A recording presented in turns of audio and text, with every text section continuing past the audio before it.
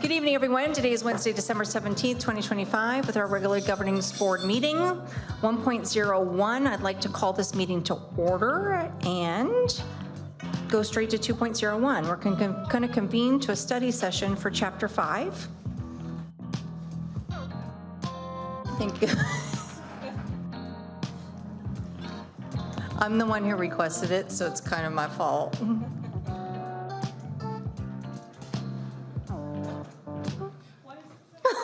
Okay. Woo. But now everybody take a deep breath, and we're all relaxed now. All right, Chapter 5, Trust Policy Review. Item 2.01, convene study session for Chapter 5 Trust Policy Review. I'll turn it over to Superintendent Dr. Driscoll to get us started. All right. Good evening, Madam President, members of the board. As you guys remember, you guys voted on switching to the trust policy. And so part of that is we have to go through this journey of reviewing policies to make sure we get it right so that when you officially adopt these policies, probably we're thinking May, June, that we have everything in order. So when we make the switch from AASBA policy to trust policies, that there's no blind spots that we missed. One of the things I would tell you is that Tempe does have some unique policies that are unique to us. And so in this presentation and talk, we'll bring up those because we need some of your, I'm getting feedback, Ben.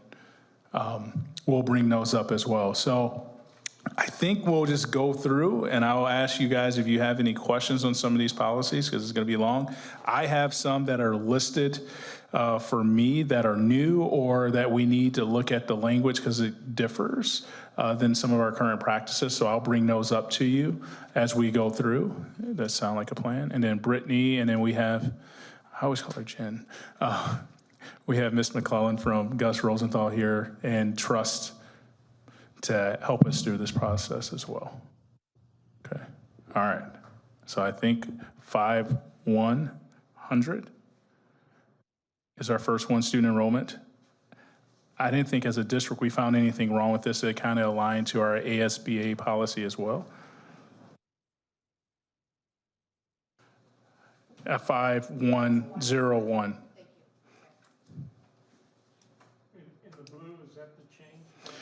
That's just, in the blue, it's just the Arizona revised statute that goes with that policy, if you're looking at that.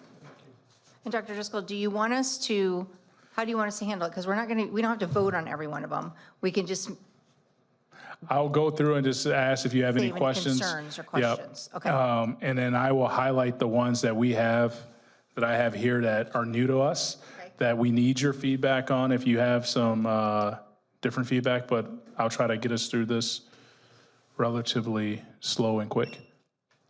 And our legal person will tell me I can't do that. All right.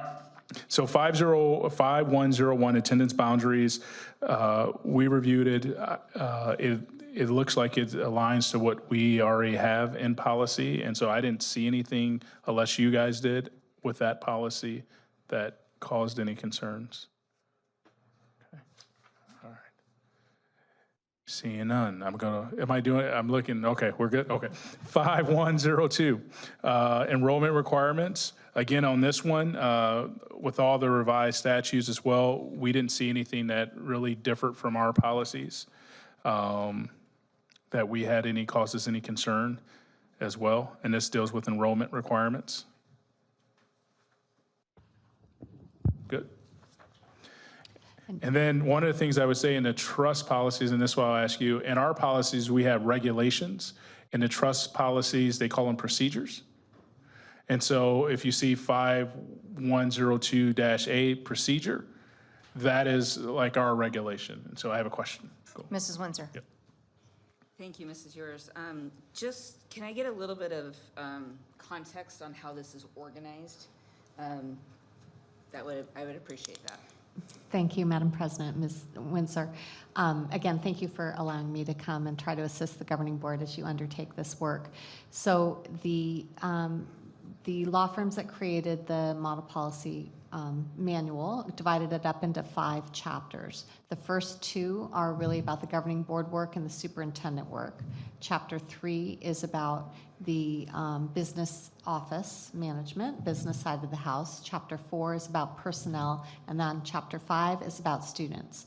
And Dr. Driscoll and Cabinet have decided that they would like you to tackle reviewing about your students first, because that's the purpose of your educational efforts here as board members. And so we're starting with Chapter 5. And then Chapter 5 is organized. You all are set to review governing board policies 5101 through 5119, I believe. Is that correct, Brittany? 219. Right, 219, thank you. And so those sections are divided up into enrollment, and then we start to move into some of the curriculum issues. So if you see at the very top where it says enrollment requirements, there's a whole section that's going to be starting in the 5100s that's about the enrollment, and then we'll move on into different sections. And Dr. Driscoll is correct. The policy manual is drafted so that a lot of the meat and bones of what your administrative team actually does is in the procedure, and the policy is just that, the overall arching statement of the board and what's required by law. Okay, thank you. And then also would like you to give some explanation for the public to understand why we are going with this. I mean, we've already voted to head this direction, but the reason why we did, in terms of like the trust represents us, so therefore we go with their policies. Yeah, I would say one of the reasons that we looked at this is, one, how it's laid out. Our existing policies are, if you go and ever review them public, you would see they're massive and like all these different letters and nomenclatures. The trust basically made it 5 chapters and outlined, these are the topics that we're talking about in these chapters. So it's much more, I find user-friendly. Also, we pay for our policy services. And so being fiscal stewards, I believe, I'm like 99.9%. This was less than what we pay for our existing policy service. So that was another reason why. But also our insurance company that we use is the trust. And so it only makes sense to people that we are, that are insuring us for any of our legal stuff, that our policies, they actually vetted as well. And so in alignment with that, we're keeping ourselves even more fiscally responsible because we get sued and we're following our own policies. We have that protection as well. I think, I'm making that up. I think so. People are shaking their heads, yes. Okay. All right. I didn't want to say that, and then they say, no, we don't cover you. Now, if you violate a policy, you're not covered, but if you follow our policies and procedures, you're covered. So that's kind of how we got here.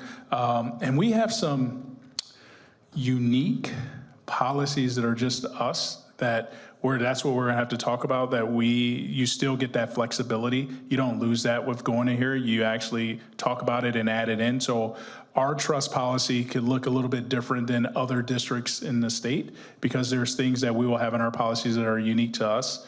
But for the most part, all of it would be kind of uniform based on state law and all that. Okay, thank you. And then last question for this portion. Hold on. It's been a long day. I can't remember. I'll ask later. All right, thank If you. you remember, let me know.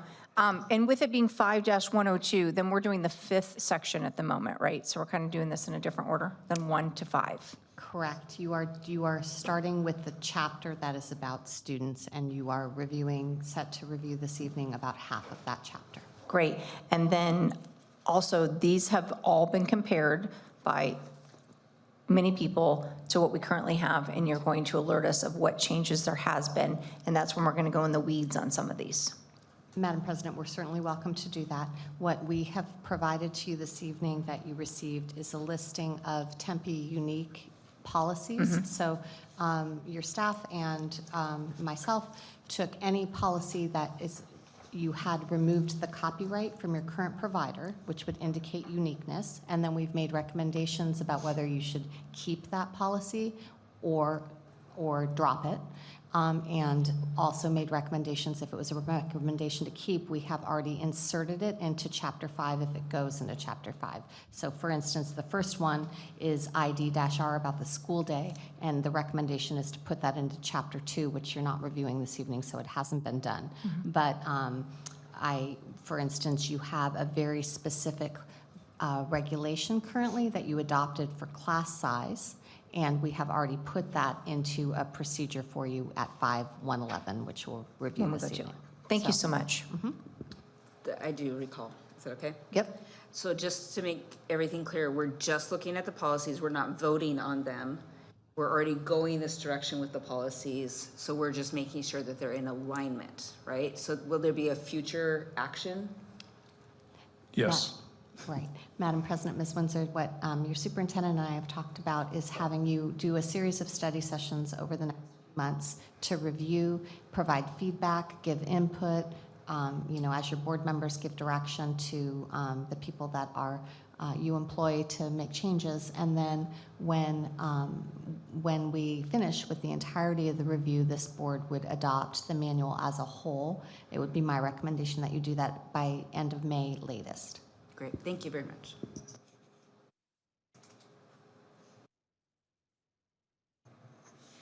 We'll just look over this real quick, and then I wish I had a bell and went ding. So why don't we do this? This is our first one, so I'm always cracking up. So these will go faster once we get this sync. If you look at 5107, it's Purple Star School Program. That is a new policy that we don't currently have in our existing.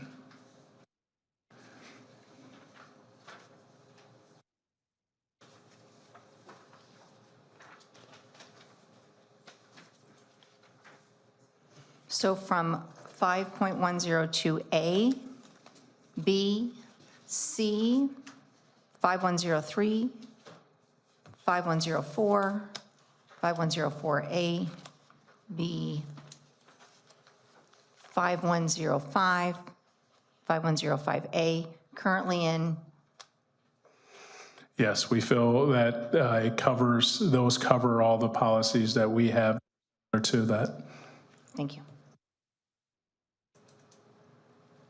I'll hold for a few minutes in case the board has any questions while looking through those previous ones.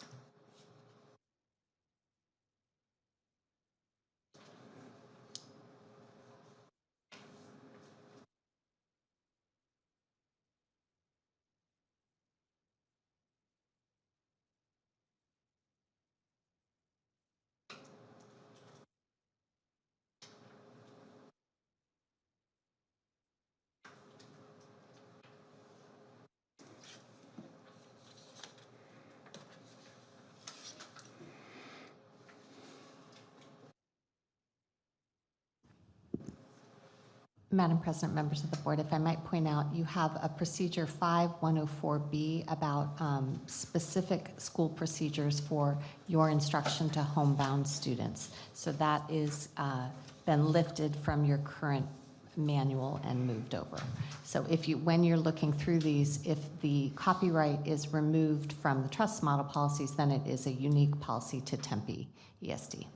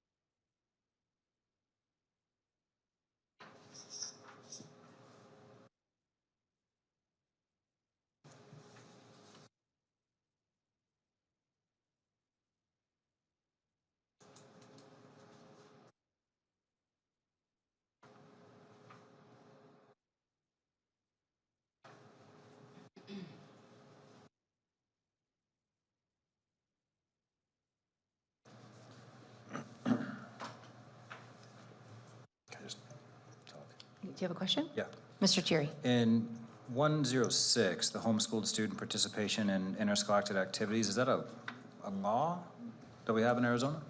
Madam President, Mr. Cherry, it is. Okay. In fact, they are considering this legislative session extending that to ESA students. That they have not done that yet. I thought it But- sounded familiar. All right. But currently, you are required, if a student has a homeschooled affidavit on file, you're required to open up your electives and your sports activities to them. Thank you. Madam President, I guess on this interscholastic activities for homeschooled kids, is there anything in this that where we cannot charge a fee to participate? Because I saw in the proposed legislation, they said everybody has to be charged a fee or nobody. Madam President, Mr. Lemon, I know that for the existing law regarding homeschooled students, you are not required, you're not allowed to charge a fee, but I believe that what you're referring to is the proposed legislation about the ESA students, which has not yet passed. So Yes, I know ma'am. that currently there are some districts, Mesa Unified being one of them, that are permitting ESA students to participate, but they are charging for that. Thank you.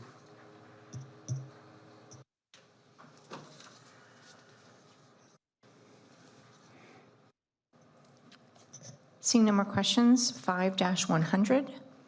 Dr. Driscoll, 5-107, Purple Star School Program. Yes, this is one that was in the trust policy that we did not have. And so we thought about adding it in case we ever did have it. So we felt like it was something that was a good add. If we ever used it, it didn't hurt. But we currently did not have this Purple Star program in our current policies. So our suggestion was to add it to the trust policies when you guys adopt this, that become one of our policies as well. Dr. Driscoll, if we add that, do we need to assign an employee or not until we initiate and actually do the Yeah. Purple Star Program?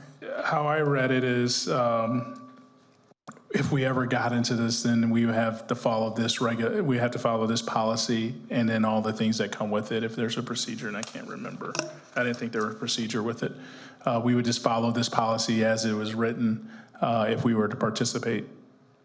So if one of our schools filled out an application with ADE to participate in the Purple Star, we would do what it says in here to do.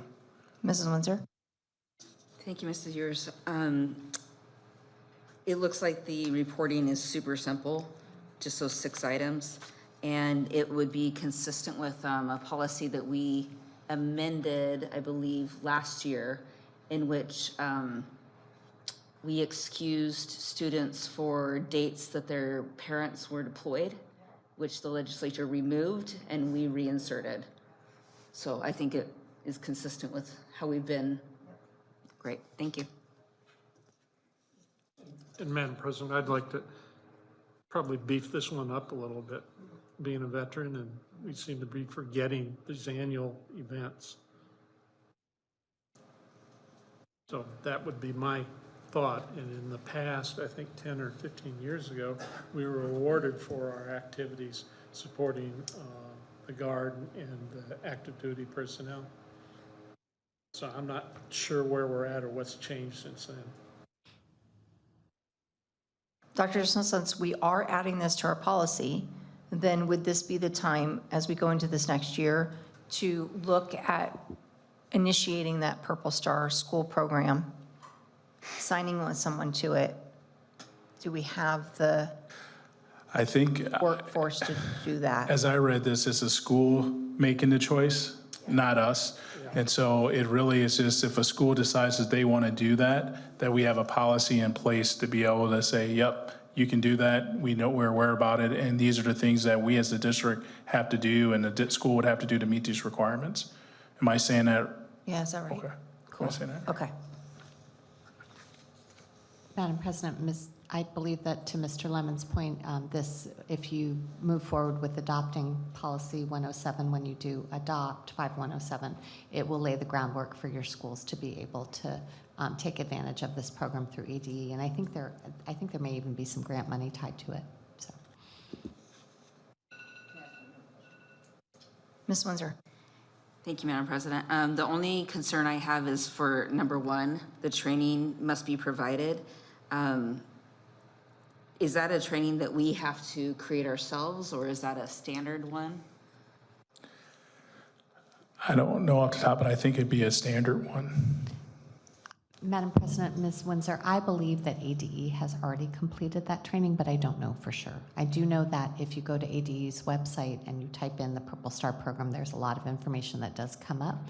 And I have at least one client that has, I think, 3 to 4 schools doing this, and they have not indicated any issues or concerns.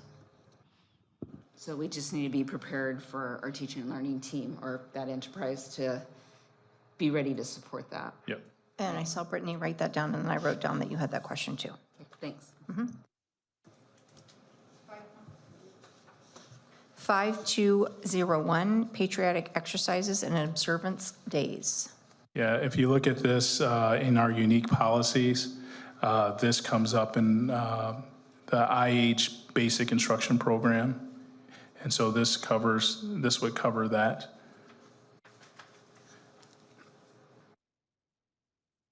This would cover part of this.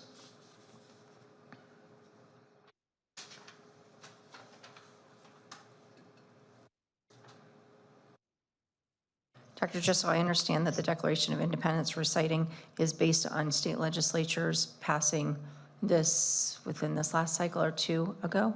I can't remember, but it's not something that we can choose to do or not do. So I think this has been there for a while, because when I was a 6th grade teacher, we used to recite this. That's why when I say the pledge, I always go and start to say that, and I just become quiet because I'm so used to. So I think it's been in there for some time. I know at least 6th grade, as a 6th grade teacher, we had this, our students said this after the pledge, and I don't know when it went into effect in law. Madam Ms. Ewers, I'm not sure when it went into effect either, but I do believe Dr. Driscoll's right. There was a recent change to this policy and to state law about when 9/11 education had to be provided, so they did a revision to that this legislative session and said that it was for 7th through 12th grades. Okay, I knew there was something that changed, but I didn't know if it was here. Thank you. But I do see 9/11 on here, so thanks so much for clearing that up. And then I remember, because we talked about Sandra Day O'Connor also, Mr. Lemon, and then we talked about how we would like to see 9/11 and the Insurrection Day on there, but we'll just work one day at a time. Mrs. Windsor? Or was that old? Okay. All right, with 5, if you want to move on, 5202. One of the things I would say in here that we did, if you go to the second page, mine says 36 on that one. We put the director of special ed for in the procedural safeguard sections. We didn't want to put a name, but one of the things, if we ever change the director of special ed to something different, we'll need to come back and update this to that person, because we're required to have a person we're required to have a person to be the person to contact for 504 and ADA. And that for us is our director of special ed for students. For employees, it's HR. I want to say it's Mr. Mangini.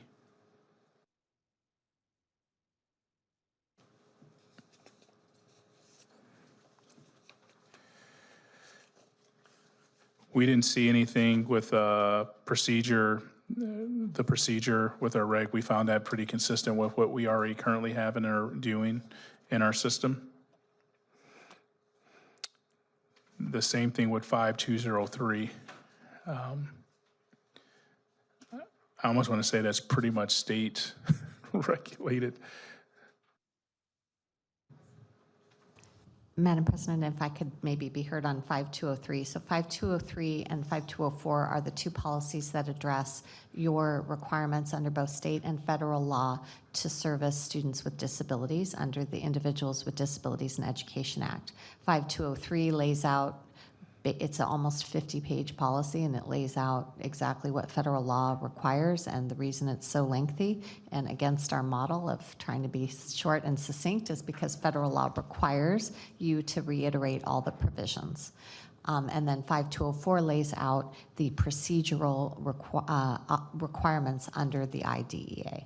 So the only choice that the district really had to make within the body of this policy was about how you service and find eligibility for students with specific learning disabilities. So that was really the only area of wiggle room with respect to this, but the remainder of it, and it would go almost through, I'm going to find the end of it, but all of it is what is required by federal law. So 5203 ends at page 67, and then 5204, which is the procedural safeguards, is a bit shorter, but it ends at page 79 in the manual that you're looking at. And so the entirety of that, almost 50 pages, is just making sure that you're compliant.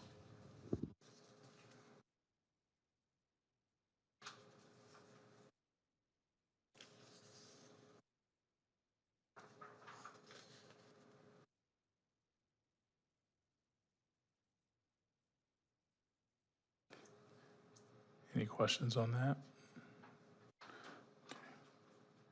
5205, gifted education program and services. And then 5205A is the procedure with it. I always say for 5250A, one of the things that a lot of our parents in our district, where we do differently, is the 97th is what the state, is the requirement from the state to be eligible for gifted services. And that's what I believe, Mr. Thompson, we get funded on if we have students that are at the 97th percentile. But in our district, we service students with gifted at 94. And so we don't receive funding for those students. So even though we deem them as gifted by the state definition of funding, they are not gifted. And we do not receive funding.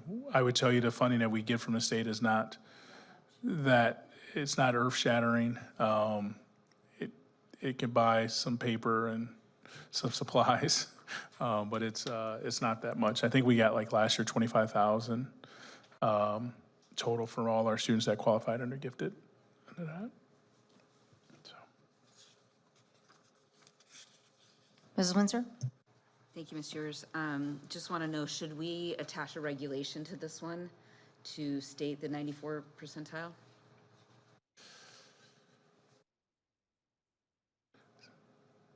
I'm just thinking for future leadership that lasts beyond us, so that we can maintain that for our community. I think in the procedure section, we could outline that. Madam President, Ms. Windsor, I think that's a good suggestion, if that's what the district's doing, so I can make that note, make sure it's done.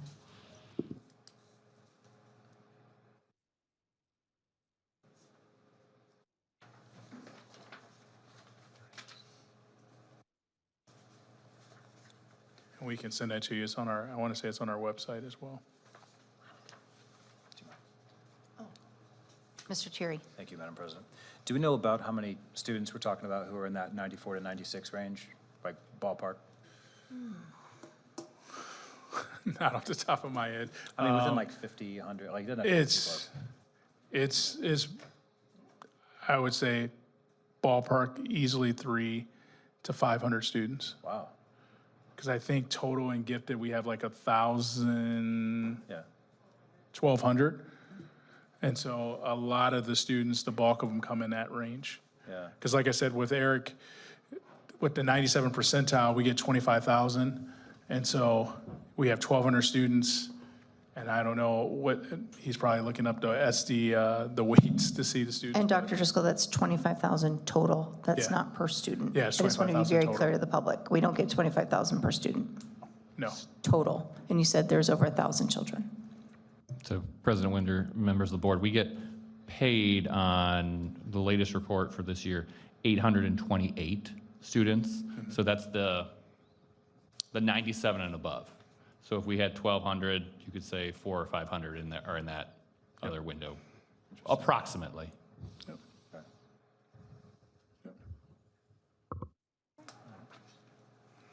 And Mrs. Windsor? that predates me, Mr. Thierry.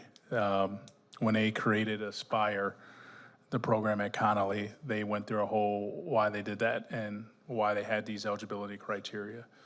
as I was looking at our past history. Well, I'm just thinking about the nature of bell curves, like, there should be more that are in the 94 to 96 than there would be 97, 98, 99. What I would tell you is with our new testing, so one of the things is there's this, the COGAT is what normally was used. That is language intensive. With us going into Naglieri, we saw an uptick in students who qualify because it's nonverbal. And so language became not a barrier. And so we saw this year with our universal testing, kinder, fourth, trying to think who else. We saw an uptick in people who became eligible under the Naglieri. In second grade, the state test is using COGAT, and it's universal, so every student in second grade gets that.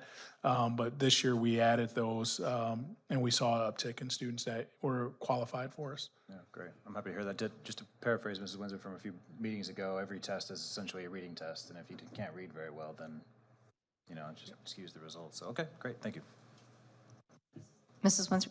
And that actually should be credited to Dr. Marr, who said that to me when we were talking about a math test. But anyways, I wanted to provide a little bit of the history of the 94th percentile. If I correctly recall, and Cindy could probably fact check me on it, it was in reference to the poverty levels that we have, and we know that giftedness often is about exposure. And so we do talent development in order to help those kids who have not been exposed get over that hump because they have the intellectual capability, they just haven't had the experience in performing that way, essentially. Is that accurate? Okay. Thank you.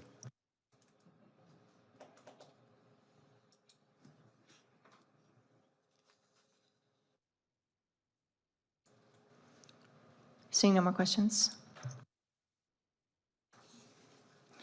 5206, English instruction. I believe this is another one that is state has a revised statute that pretty much dictates this is what we have to do. Am I making that up? Dr. Driscoll, you are not. And then this is an example of a very minimal policy, and everything that the meat and bones are in the regulation, which is 5206.A. So 206.8 gives the definitions that are required by state law, discusses the different programming, student identification, how to reclassify, parent exception waivers, and the like.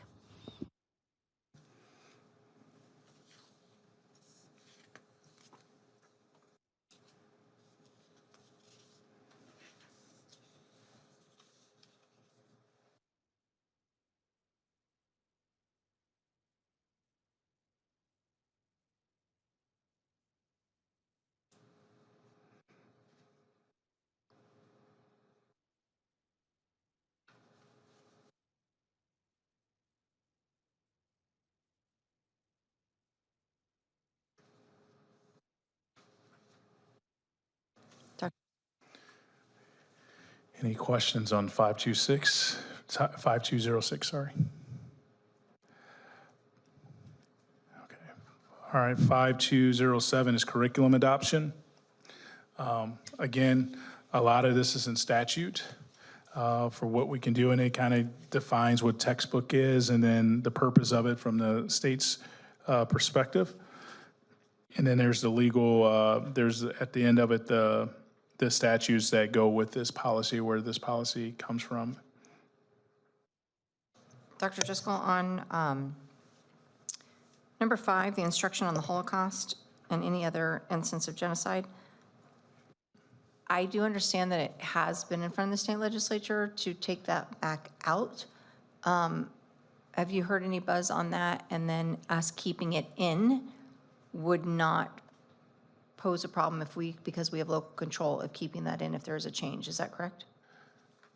I don't practice law in the state of Arizona, but what I would say is, yes, we keep it in. If they change it out, then there normally would be a policy revision that they would say, hey, this came out, because every year the state legislature passes laws that changes some of the stuff.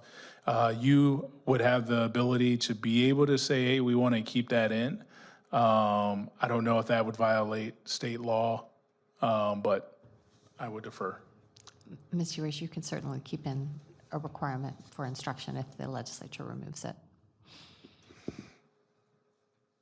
There are some prohibitions in this policy. You can't have curriculum that promotes the overthrow of the government, for instance, but it wouldn't be prohibited.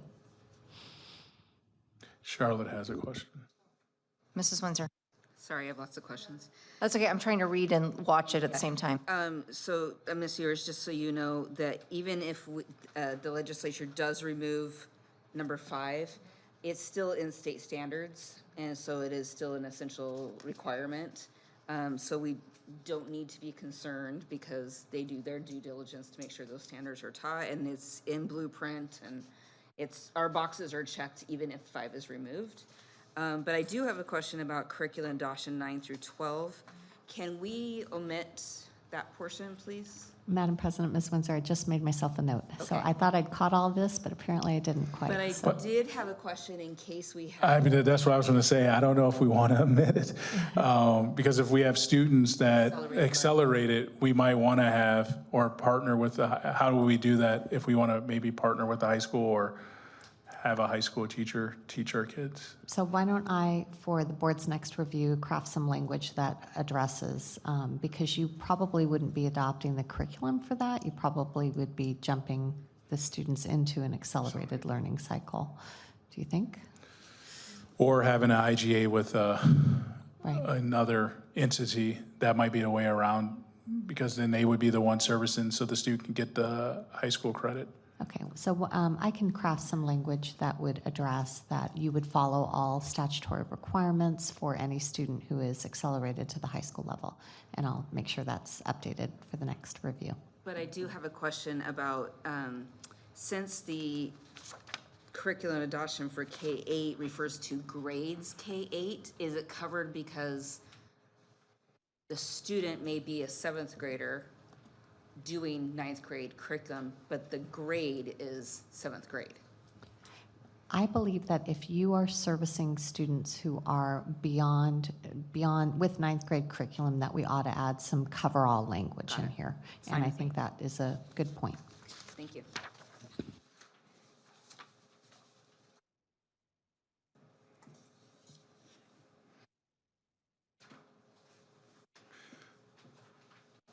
Seeing no more questions?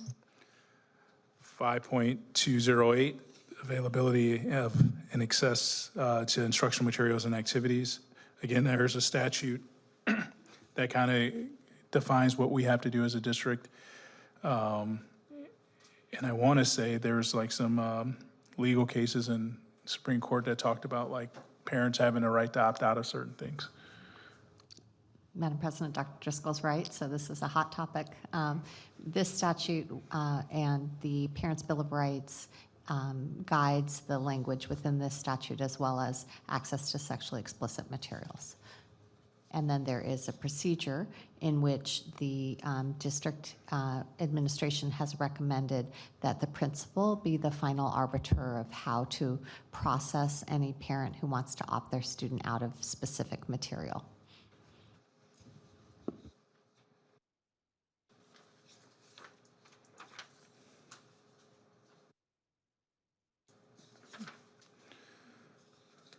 Seeing no questions? 5.29, the school libraries, media, and resource centers. Because we employ full-time library, I always struggle with that word, librarians, media specialists. We fall under the statute, I believe, correct?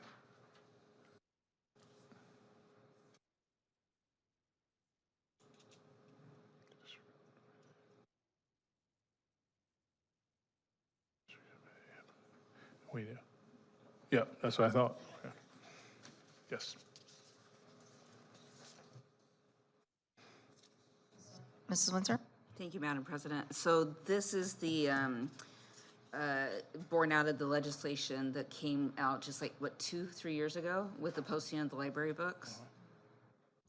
Madam President, Ms. Windsor, yes, correct. There, the first part of the policy is just general rules about libraries, so that didn't. But the access part was required approximately 3 years ago when the state legislature said that anytime you purchase new material, you have to post what you've purchased. And so that's the 60-day period that is in that last paragraph in policy 5109. Thank you. And we just have a running list, right? Is how we do it. Yes, we have that, and we have designated times during the year that we do this, and we work with Brittany's team to post it on our website. And they're available at all schools. Thank you. And because we have a review group too, do we need to put that in here, or it's something that we can just provide so that we don't make it necessarily part of all? Because don't we go through, you guys get the lists, you have, I know some people that are on the committees. We do. And we kind of go another step. Correct. That's not required by law, So, or is it? It is not required by law that you have a committee review your library books. I'm glad that you do because I think it's really good practice. But I wouldn't recommend that you put that language in your policy because that would create a risk that that committee would be a board-appointed committee and would have to operate under the open meeting law. So under policies that you'll look at in section 2, the superintendent is authorized to schedule superintendent committees just as he is now. And it sounds like that's what you operate already, is a superintendent committee to do that library book review items. Seeing no more questions?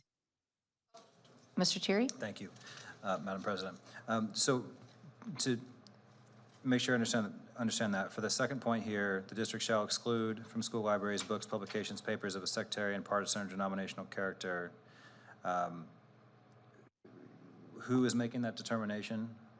Who's deciding it's partisan? There could be differing opinions on that. Say that one more time. So I guess I'm not sure who is the one who's deciding whether or not a book is considered partisan or considered inappropriate. If it's a new book, it has to go through the review. And so the public, anybody can come and say, we believe this not to be a partisan, and that's part of why you have to publicize it out. With the existing books, I don't think if a person comes in, because they're now online, because we had that person come and say, hey, I challenge this book is that, then we have to pull it and go through a review process. So that's what that whole, and I could be wrong, but that's what I believe the review process was, so that the parents and people in the public can see the books that we're purchasing. And if they had that, say, nope, it's that, then we would have to talk about it and bring it to you guys. And we have, all of our books are published on Destiny, and anyone can review the catalogs. And so what Dr. Driscoll's referring to are books that were purchased before 2021. Those often get flagged by community members, and then Dr. Driscoll asks me and the curriculum team to review those books and then make a decision based on that feedback. Okay. So it's not ultimately in our hands to decide whether or not books are going to be pulled off the shelves? Because I wouldn't rather lean toward, we're not going to ban books. We're not going to pull books off the shelf. That's the way I'm asking.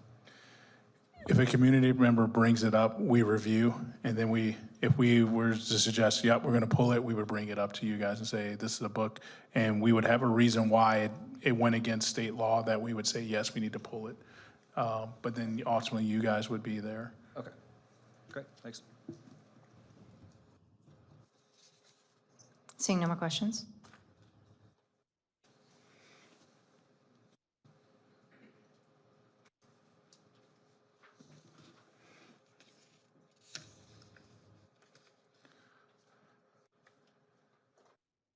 All right, 5210, special interest materials.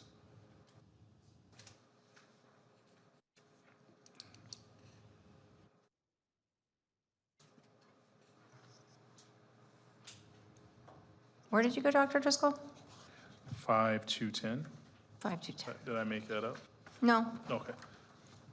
I was like, did I skip?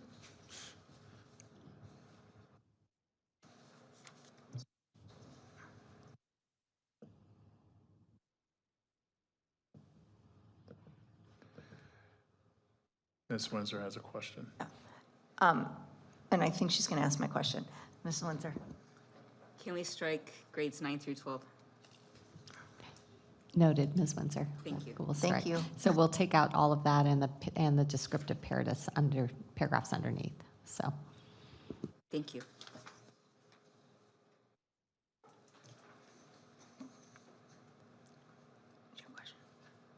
Mr. Miller? Thank you, Madam President. I suppose with this section, I don't know, especially since we're removing the 9 through 12 aspect of it, I don't know, what does this serve, since like we went over time, 209, and it has that whole thing of exclude from school libraries, books, publications, sectarian, partisan, denominational character.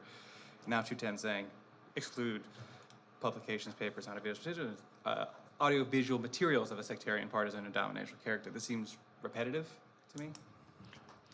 Madam President, Mr. Miller, I don't disagree with you. This was called out as a special policy because it is specifically called out in state law.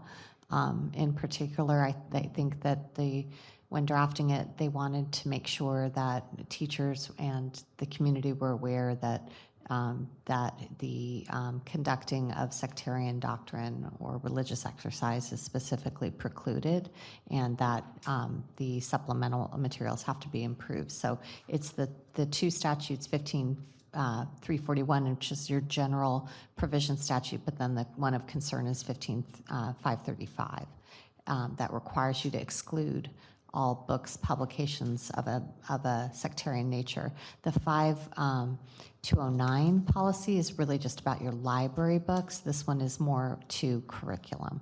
So you certainly could, if you wanted to, we could merge this into your curriculum policies if that's your desire. But that's why it was created as a special procedure. And this also shows 9 through 12. Correct, and I'll remove that. Mrs. Windsor? Thank you. I just want to draw attention to the paragraph directly under the two numbers. The statement about a teacher who uses sectarian or denominational books, and to the bottom is guilty of unprofessional conduct, that is not included in the library materials, correct? Correct. That is not a state, that comes again directly out of the state statute. That was the basis for the formation of this as a special policy, but it is not a part of the 5209 policy on library books. And I'm just wondering if that section should be in chapter 4. So very good question, and because we're reviewing these in sort of encapsulated, there is crossover in chapter 4. There is a employee code of conduct that would address and has a series of items that are that employees are required to do, and a series of items that employees cannot do, and this would be included within that code of conduct as well. Okay, so then, sorry, the social studies teacher in me is like freaking out about this, but I'm wondering, the statement, unless teaching an authorized class described above,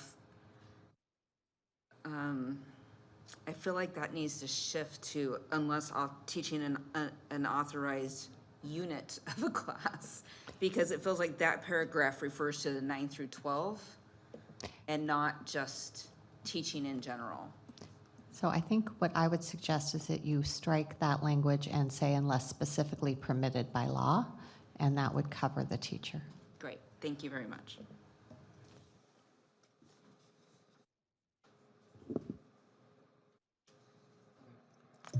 Seeing no further questions?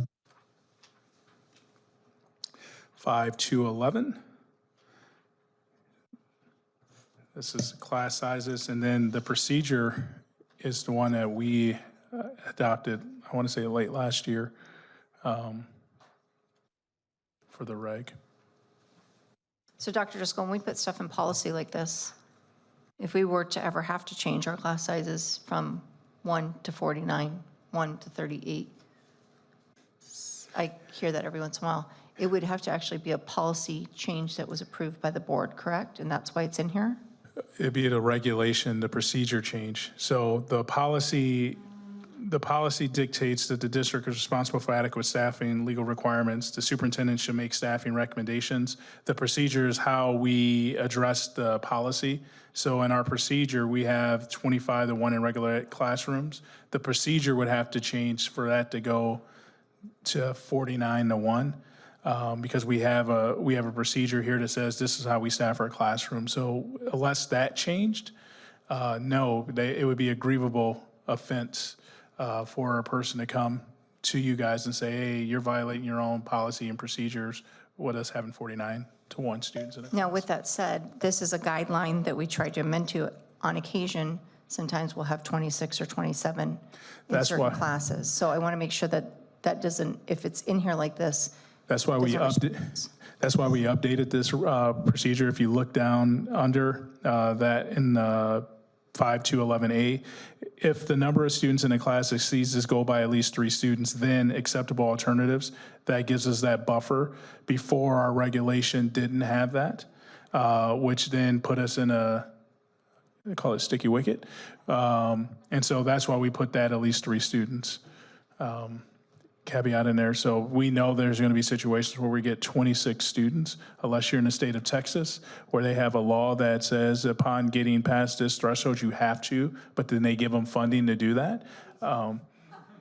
There's no way we could ever, it wouldn't be fiscally feasible to keep at 26, because then we'll have classes at 13, which we do in some cases. seeing no further questions.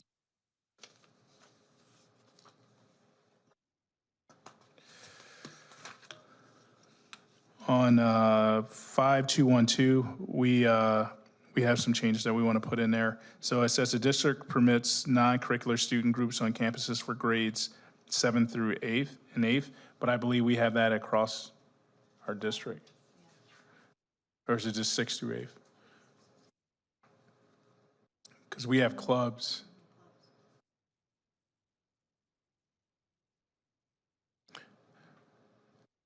Go ahead, you can speak.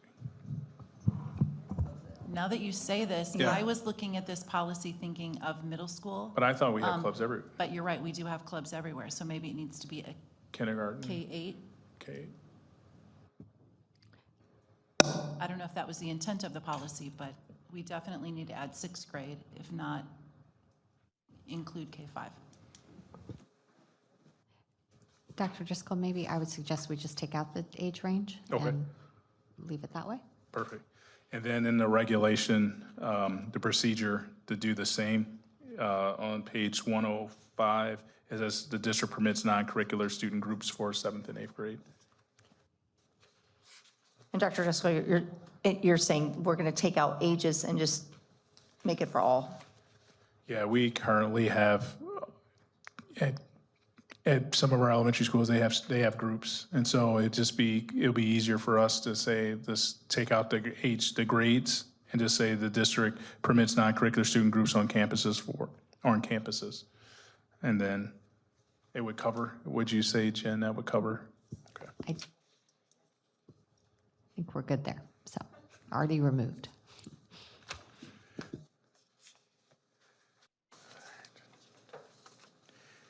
Any other questions on 5212 or the procedures that follow it?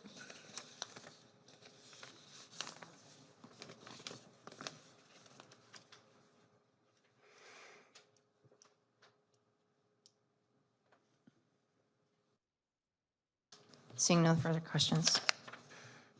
Okay, 5213, district-sponsored activities.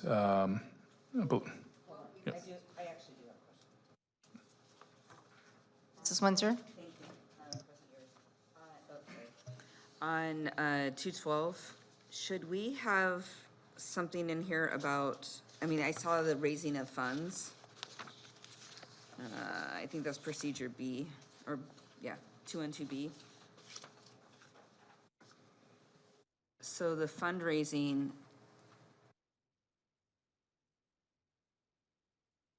is there not a policy about fundraising during lunch hours and the competition with, There is an operation, but I think that's in the operation financial which was at chapter 3. There is. There's competitive, not competing against the school, especially because we have free and reduced lunch, and there is. But I think that's in the chapter, it would be chapter 3 here in our business financial. Am I wrong, Eric? Because that's in Madam our, President, Ms. Windsor, so there is some crossover between the Student Activities Funds procedure in Chapter 5 and Chapter 3, which is the business services. And the language that Dr. Driscoll is recalling about not competing with the food services program is in Chapter 3. But I'll make myself a note to flag and make sure that we incorporate whatever is in your existing policies regarding the lunch hour. Yeah, I think that because students are going to, well, students, parents and club sponsors are going to refer to this chapter most likely over choosing a finance chapter if they're looking for guidance about that.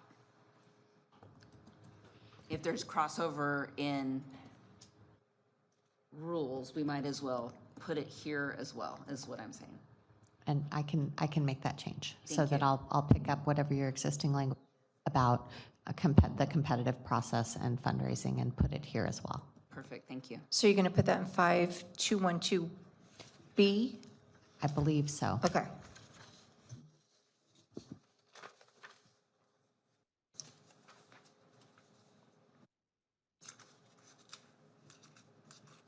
Ms. Windsor, any more questions? No, I just would prefer children eat real food instead of frozen sugar water.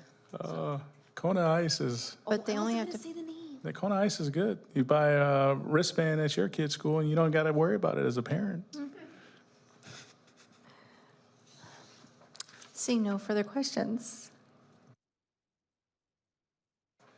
5213, district-sponsored activities. Again, this one I believe is just state revised statute. Language. And then the procedure 5213A, the procedures is how the district interprets and what we do for that district-sponsored activities.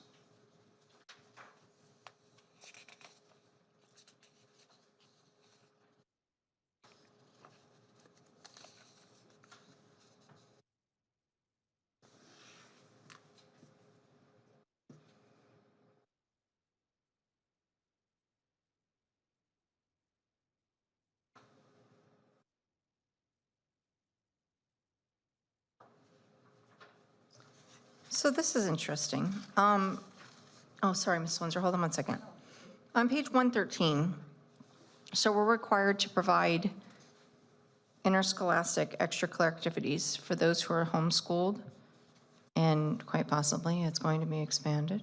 And they have criteria, right? We have criteria for our students with passing grades and such. How do we know if a student who doesn't utilize the same standard of testing or knowing if a student's passing or not is passing, or does it just not apply to them? I don't think it necessarily applies to them because the homeschool parent would say, yes, they're passing, or no, they're not. And then their word, not actually like what we have to go through, which is a strict policy of how we decide if a student's passing or not? I don't know, Mr. Thompson, how did your family do that? Okay. I'm just saying, okay. Do we need, okay, Mrs. Windsor, I just didn't know if we need to, like, can we change language or can we, well, how would we test it? I don't know. I guess we can't. That's what we're all learning today. Mrs. Windsor? So I had questions about the same section. I was wanting to know in terms of our district's liability of having kids who are not enrolled participating in sports, if they get injured, how does that work? Madam President, Ms. Windsor, so the coverage agreements that you have with the Arizona Risk Retention Trust extend even to visitors that are on your property and get injured. So I don't think that there would be a coverage liability concern or issue if you have somebody who's injured who is participating. But you would remain responsible for making sure that your athletic department and/or interscholastic department obtains all requisite permission slips and all, so whatever requirements you have for a student to participate in an activity now would need to be extended. So making sure, for instance, that they have cleared physicals and that sort of thing.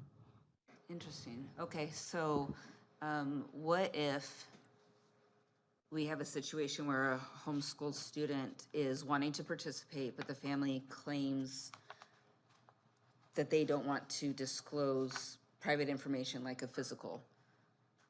I would think that you would be able to preclude if they're not following uniform procedures that are established. And for the most part, if the activity is governed by AIA, they're going to have to adhere to their requirements. So they're going to have to, for instance, take the concussion protocols and I don't make think we do AIA here in K-8. Middle school. In the Middle middle school school, does. we do. Oh, that's interesting. Did not know that. Thank you. Next question is for Mr. Thompson. Do we get funding for interscholastic activities from the state? I'm sorry, could you say that in the microphone? No, we do not. Okay, so let me just see if I understand this correctly. So we don't get additional funding as a public school, but obviously as a public school, we should welcome the public. And so when additional children come onto our campus that we're not funded for, and we have to provide services, we also don't get funding for those children as well, correct? That is correct. So how do we pay for interscholastic activities? We pay for it out of the M&O fund. And that would be the same fund that we use to pay for lights, buy desks, and pay teachers and staff? Correct. And that would not be the staff that is educating this child, correct? Because they're homeschooled. So it's staff that's paid by other children's generation of funds that then have to be shared with extras that come on that don't want to contribute to the system, correct? Correct. Got it, thank you. Mrs. Windsor, to second that, my concern also is the liability that we take on. So, Mr. Thierry. Thank you, Madam President. So 2 questions about this. This is specific to homeschooled students where we have to provide these opportunities for them. That's not the same for charter school students, for private school students, right? They're at the mercy of whatever they offer at their site. That's correct, Mr. Theory. Law currently does not require you to extend extracurricular opportunities to students who are enrolled in other schools. Yeah. Okay. And then, does anybody know about how many kids we're talking about in our district to whom that applies? Like how many homeschool students we have who are playing basketball or whatever? We do not have any students that are participating in extracurriculars at this time. And we also can't know how many kids are homeschooled because while they are expected to register with the state, they're not required by law to register with the state, correct? So Correct. So we have children within our community that we have no idea where they are, what education they're receiving. Got it.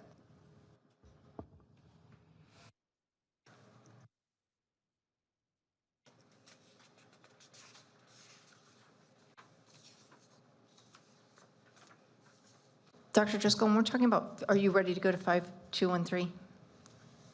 Yes, if you guys are ready to go to 521. When we're talking about field trips, I know that we have, due to safety and emotional, social well-being, we've been strict on the rules of these and making sure that we don't have sleepovers and such. I know there's one event yearly that's grandfathered in. Is that something that we should put in here? So there's not, I know occasionally there's confusion on field trips. Say that to me a different way. Oh, Mrs. Windsor, help me. You know what I'm talking about. Thank you. All right, so I do believe that we added the fingerprint clearance card as a requirement for all chaperones. And we said no sleepovers for any events after 2022? Going forward. So, Madam President, Ms. Windsor, what you have before you in 5213.01 is lifted directly from what is currently published in ASBA's policy bridge. I don't recall seeing a revision that addressed a time, after this date, we're not going to. It may have been a part of the board's motion on the policy when it was adopted. But you certainly can make whatever revisions you'd like to what's before you. And that's why I'm bringing up, because I don't believe that we made it a policy, but I do know that it can put us in a vulnerable situation when it's requested. So maybe it is something we consider. I think we did it as a practice. Yes, as a practice. That's very good language, the practice. What's the practice? So what would be recommended? Because when we're gone, we know the practice, but maybe the next person doesn't know the practice. So you currently have a procedure that requires the items regarding what chaperones have to have, parent guardian permissions and that sort of thing. I would suggest that the board designate one of you to add whatever you'd like and get it to Dr. Driscoll, and then I can make those changes. So I do think, I'm not quite sure what you meant by what was sort of grandfathered in. So in the past, there had been some field trips that went and they were gone for more than 48 hours, sometimes a few days. And in the current climate, it could leave us vulnerable if students are staying the night in hotels or staying with different supervision than their parents. And so it became a concern. Things have changed quite a bit. So we make it usually a practice that the ones that will approve are ones that usually leave late at night and the kids sleep as they get where they are. They perform the activity or have the fun, and then they come back and there's no true overnight stay for liability reasons, for, there's just for so many reasons. And so we've been strict to that. Now, the grandfathering in is this, there's one event that was doing it before, and we allow it to still happen. But it does confuse people because they're like, well, when I was in school, I used to go to, Six Flags and I'd go for 7 days. No, we don't do that anymore. So your current policy and procedure would still allow this board to approve out-of-town field trips, which you do anyway, on a case-by-case basis. So you continue with the practice of not permitting an out-of-town overnight field trip unless it fits the parameters that you're talking about. So we put that in procedure, we wouldn't put it in policy. Correct. Mrs. Ewers, I believe we also changed B, where before the request had to be approved by the board, and then we shifted it to a certificated staff person or superintendent's designee, I think is what the old policy said. So I think that's how we handled it. So would the board, is it the board's preference that you'd like me to add language about the overnight trips, unless specially approved in general, overnight trips will not involve hotel stays, is what it sounds like. Do you, Dr. Driscoll, feel the procedure is enough to make it very clear? I think if you have a procedure in there where you guys get to check it, you automatically get to say yay or nay to it. Seeing Mr. Miller, sorry. Thank you, Madam President. This is incredibly small, nothing about really any of the substance, but just traditionally speaking, all the prior stuff, there's been an A when we get to the procedures, and this one doesn't. And so I don't know if we've run out of room for letters. It's a very good thought, and I will add the A. Thank you, Mr. Miller. I appreciate attention to detail. Mrs. Ewers, I also believe that we had to not put it into policy due to situations like I think the example was used Odyssey of the Mind, where it is multiple nights, and we wouldn't want to deny our students that opportunity. I think that there was some need for flexibility. Fair enough. Seeing no further questions. All right, 5214, course activity and program fees.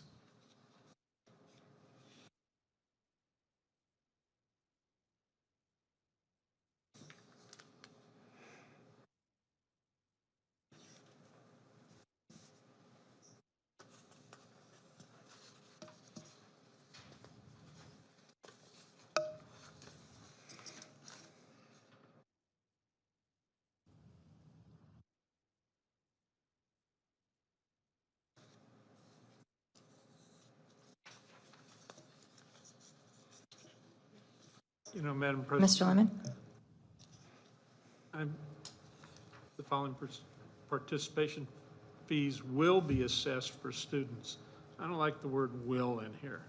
I'd rather have may. Unless there's a statute that says will.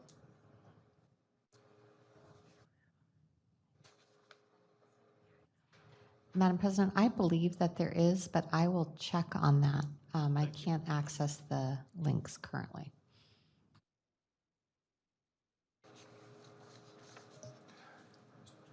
Madam And- President, I would like to look at the fee waiver and put a little bit of qualifications on that. Like, you must have a free and reduced lunch application form completed or be directly certified for that, so that it's not arbitrary. Create a rubric of sorts. I think we put our principals in an awkward position when they're like, well, we know you wear new shoes, so, like, I think it's too subjective. Do you have recommended language for that? I'm a bit concerned that that language is also out of statute. So if you would allow me to take a look at this specific policy, and if not, what I'll state in there is that remove the discretion of the principal and state that if, you know, upon request and if the student qualifies for free and reduced lunch, that the waiver may be given. My guess is this doesn't come up very often. I don't know, but.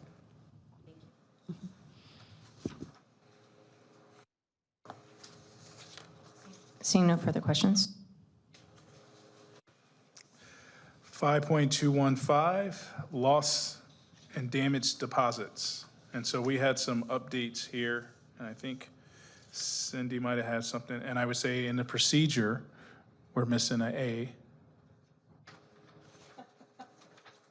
I caught it. So the one of the, where we had an update is in that second paragraph, reasonable damage loss deposit may be assessed from grades 7th through 12th for textbooks, musical instruments. We just need to take the ages out of there, correct? I would say yes, take the ages out. I also wondered, Jen, this is more a question for you because there were some terms in here about supplies and materials, and we do issue Chromebooks to our students, so I wouldn't want to use the word Chromebooks, but when we issue technology, and those are either damaged or they're not returned, we do invoice families for that. And so how that particular portion would best fit into this policy.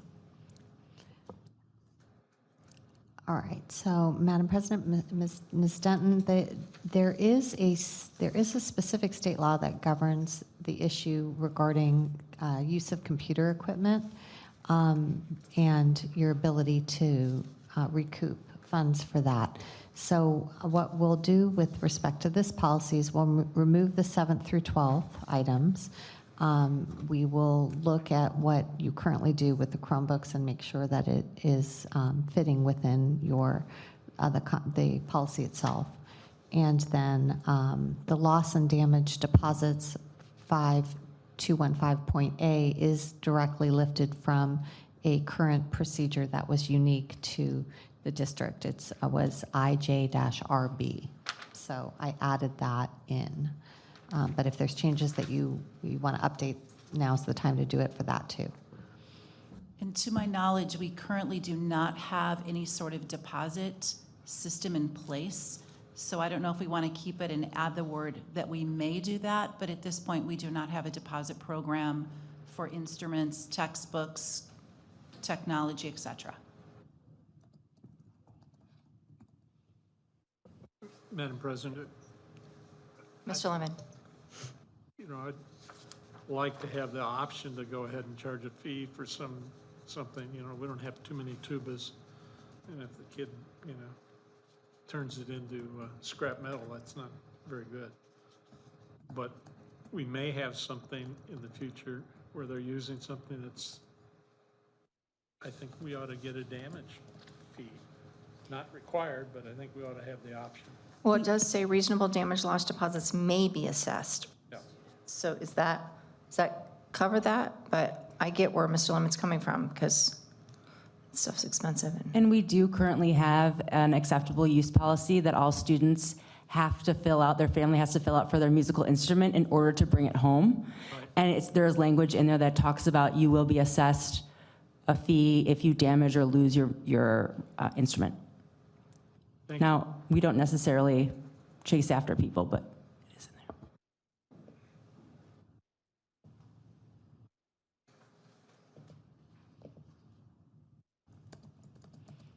Thank you, Madam President. Seeing no further questions?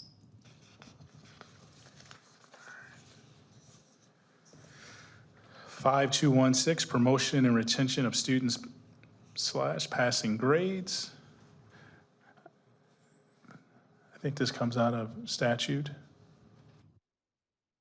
I could be making it up.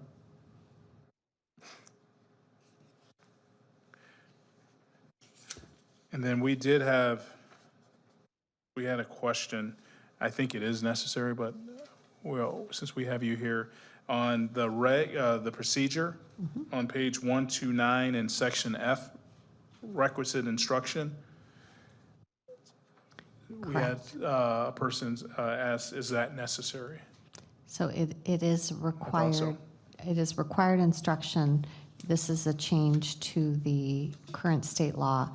It's required on 2 occasions between 7th grade and 12th grade. So I've left that language in there, even though it's confusing. You're just supposed to work with your high school district to figure out, you know, when they offer it and when you offer it.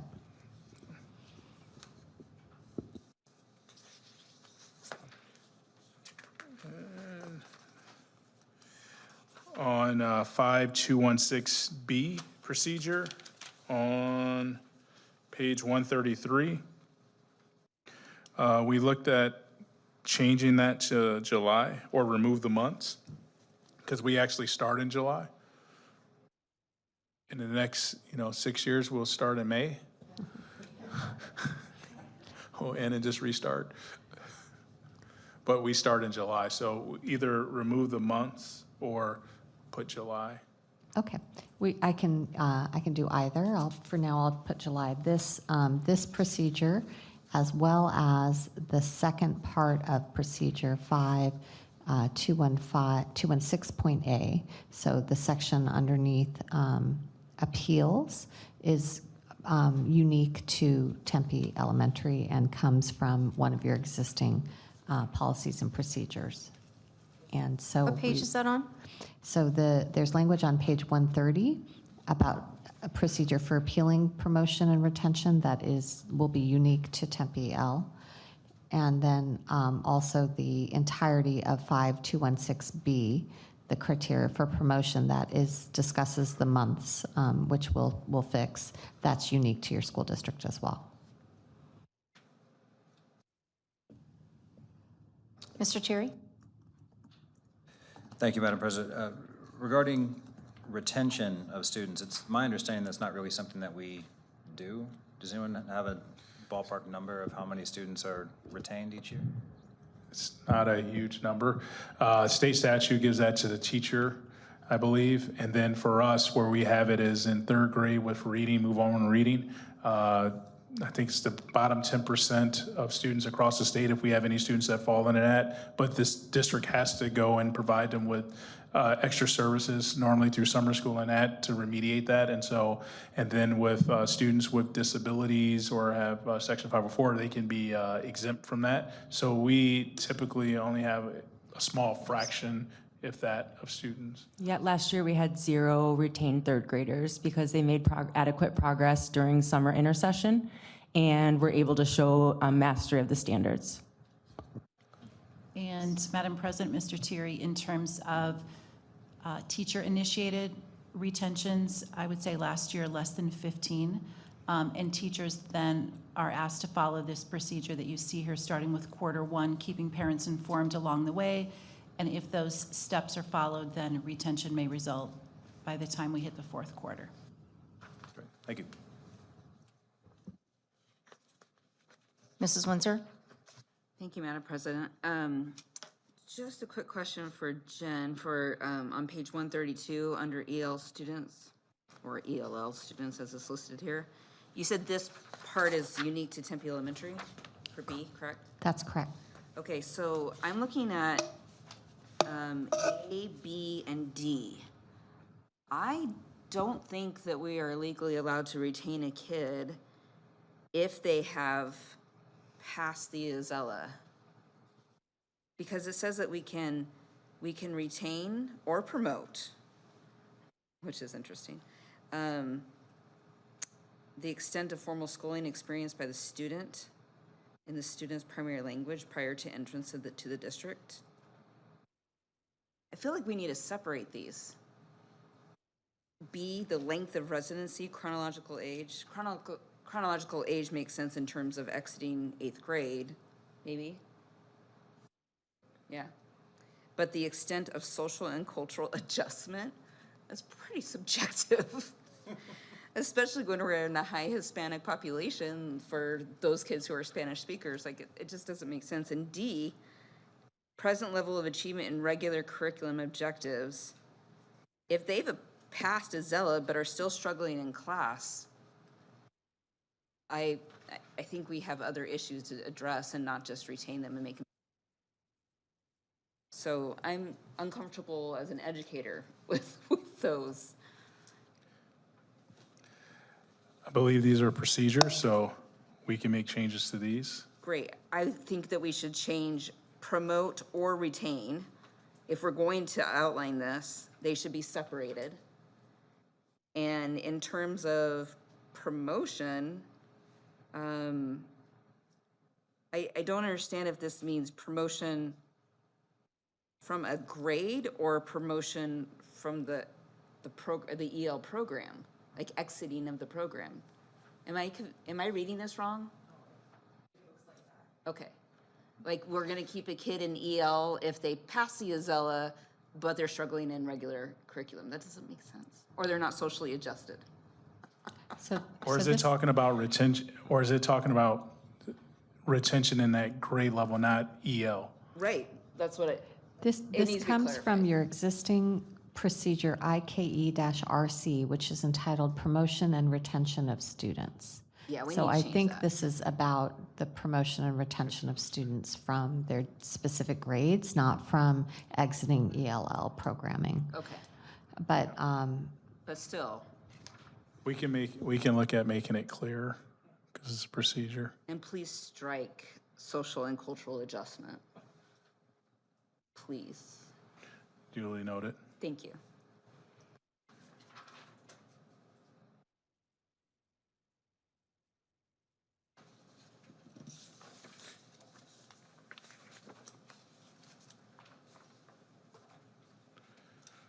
Seeing no further.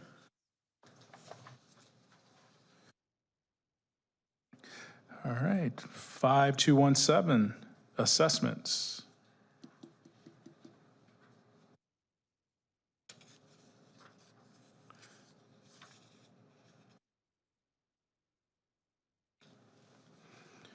And I think this comes out of statute as well.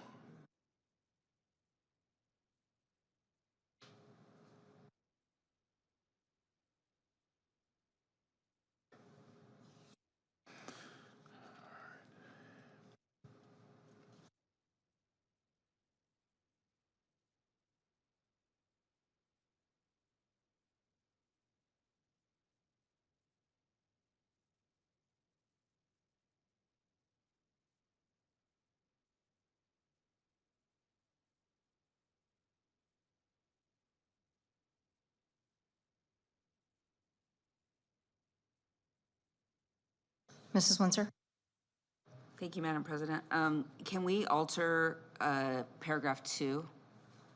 A district that provides high school education shall accept the official score report of a nationally recognized assessment. Thank you. Duly noted, we'll remove that. Mrs. Windsor, what page are you on? 137.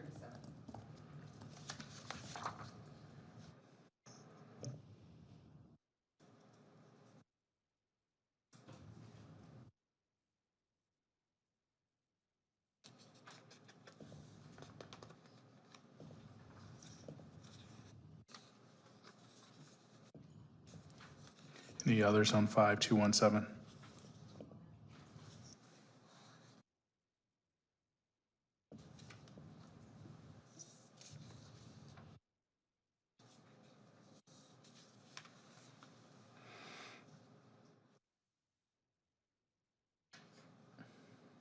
Seeing no further questions.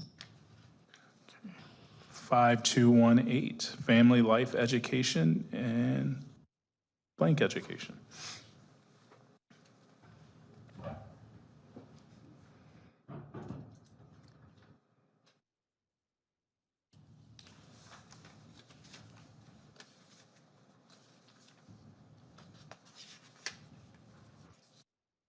Okay, so I read about that, but we go from 5216B, 5217.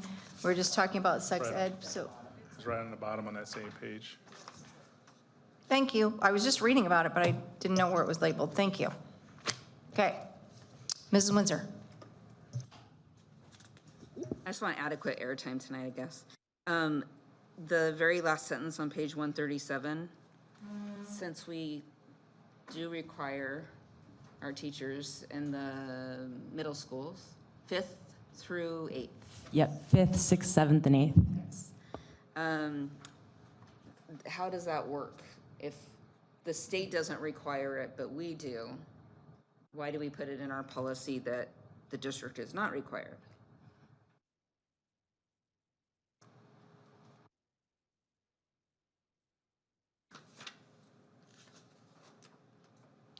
We can remove that. So you're talking about the bullet under sex education, right? Correct. Yeah, we can remove that language. Thank you. And Jen, we are required by the state to do a opt-in program now, no longer opt-out. That's correct. You're required to allow, parents have to sign consent forms for their children to participate. Mr. Chair. Thank you, Madam President. And then for those students who don't opt in, what are they typically doing during that time? We have an alternate lesson for them that's a problem-solving lesson, completely unrelated to sex education. Has that been, I mean, you're probably been in these schools much more than I have. Has that caused any problems for any of the kids? No. Okay. And we actually have quite a few parents that come in and preview the material before making their informed decision. Okay. Thank you.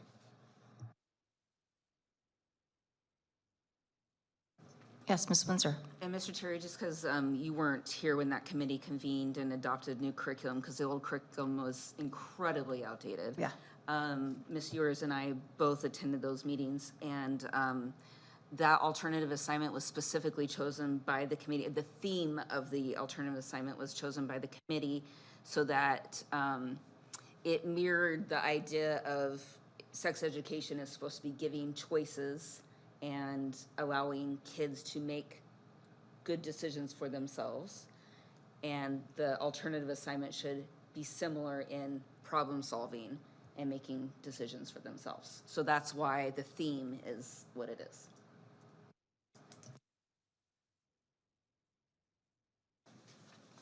Seeing no further questions. All right. Our last one of the night. 5219, Arizona Online Instruction. And Jen, I don't think we had this. Did we have this in our policy? Madam President, Dr. Driscoll, you do not have this specified in policy, and this is one that we changed the language of the trust standard policy so to say that the district may choose to authorize an AOI program because you currently do not have students enrolled in one, is my understanding. So, but this would just give you room similar to the Purple Star program. If you have, if you choose to have that in the future, you wouldn't have to go back and add a policy about it.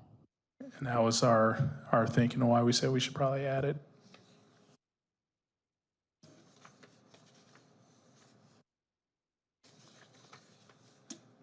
That's all I have, Madam President.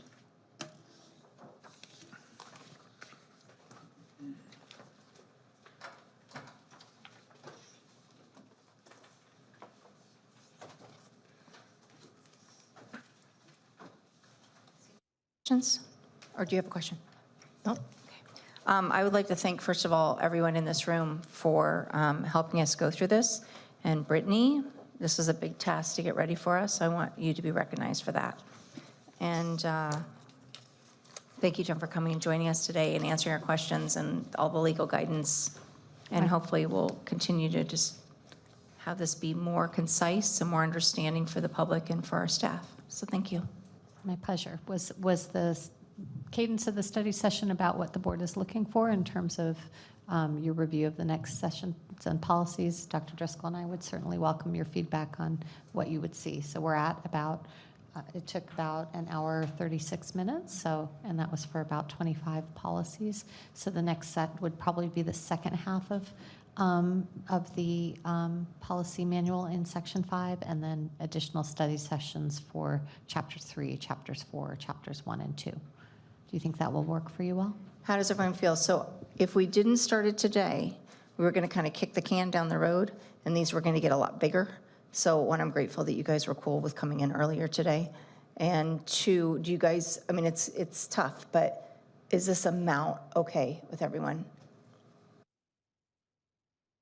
I mean, I know it's not what we chose to do for the day, but yeah. Ms. Franklin. In working with the trust on these policies, this will be the most amount you do. The second group, I think in January, if we have another study session, you'll have another about 24, 25, but that will be the most. It starts to taper down after chapter 5. Which is why we started with it. So we'll be glad when the others are shorter. Okay. Thank you, everyone. I'd like to adjourn the study session, item 2.02. Do I have a motion? We don't need Your it. vote. Then we're going to adjourn it. We're going to take a brief recess until the board meeting at 7 o'clock. And IT does have a reset, so if we start a few minutes after that, just know it's to respect their time to get us all set up for the next regularly scheduled board meeting. Thank you.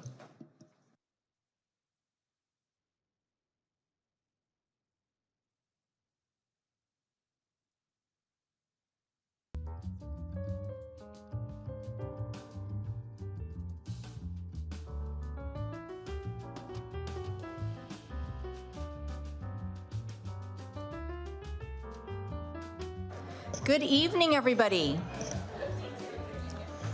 I'd like to reconvene our regularly scheduled meeting. This is Wednesday, December 17th, 2025. And with that, please rise for the Pledge of Allegiance. I pledge allegiance to the flag of the United States of America and to the republic for which it stands, one nation, under God, indivisible, with liberty and justice for all. Item 3.02, approval of agenda. Do I have a motion? Motion to approve tonight's agenda. Do I have a second? Second. Mr. Lemon. Open for discussion? Seeing none, all those in favor? Aye. Aye. Motion passes. 4.01, approval modification of minutes for the December 3rd governing board meeting. Do I have a motion? So moved. Do I have a second? Second. Open for discussion? Seeing none, all those in favor? Aye. Aye. No nays. Motion passes. 5.01, approval of consent agenda. Do I have a motion? Motion to approve tonight's consent agenda. Do I have a second? Second. Open for discussion? All those in favor? Aye. No nays. Motion passes. I'd like to thank Core Construction for their $1,000 donation of basketball game tickets and gift baskets. And I'd also like to thank Concepcion Aguilar for her donation of more than $12,750.53 to Aguilar Elementary. And lastly, thank you to the community members who donated $5,000 for Holderman, Mosley, Scales, Shamley, and Through.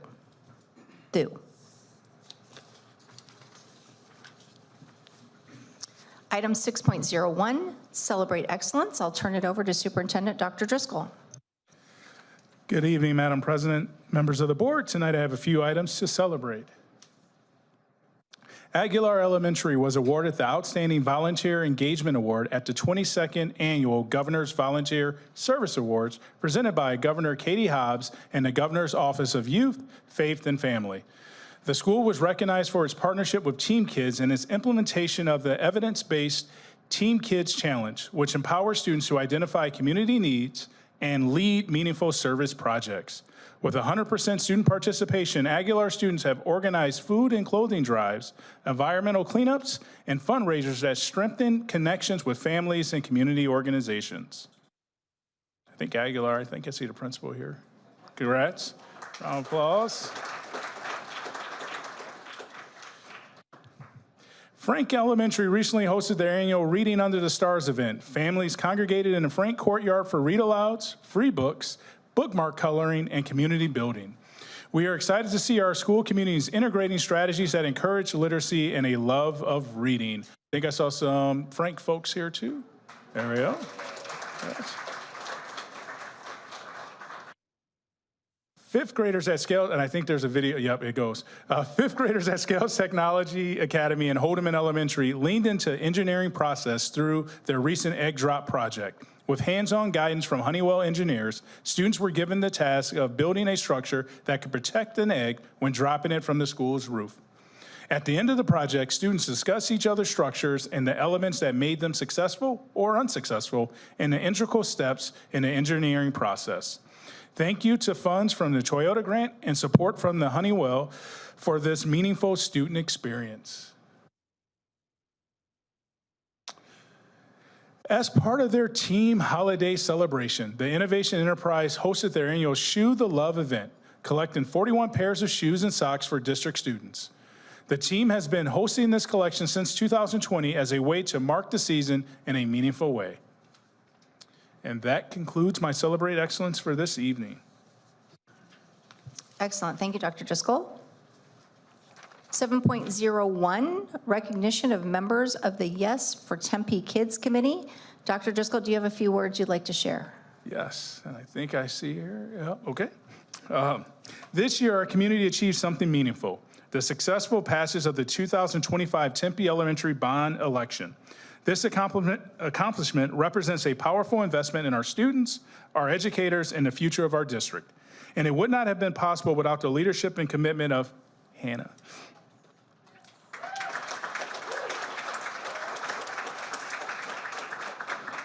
On behalf of the Tempe Elementary School District, I want to extend my heartfelt thanks to Hannah, who once again stepped forward to help lead the Yes for Tempe Kids PAC, following her leadership of the PAC in 2024 as well.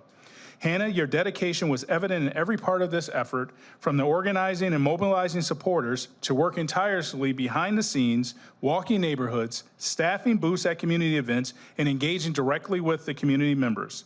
Thank you for your commitment, your time, and your belief in Tempe Elementary. Please join me in recognizing and celebrating Hannah for her outstanding service and leadership this year. Thank you so much.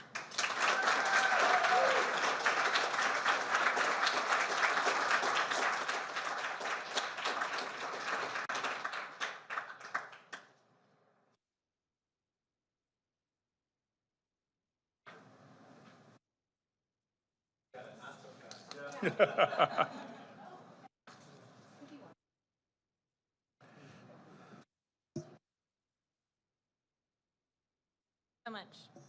Oh, it was an honor to do this again, and we had an amazing PAC who's done this work for years, and they led the way. And I'm really proud to be a TD3 mom of 2 kids, and proud to be partnered with a Tempe Union teacher. And thank you so much.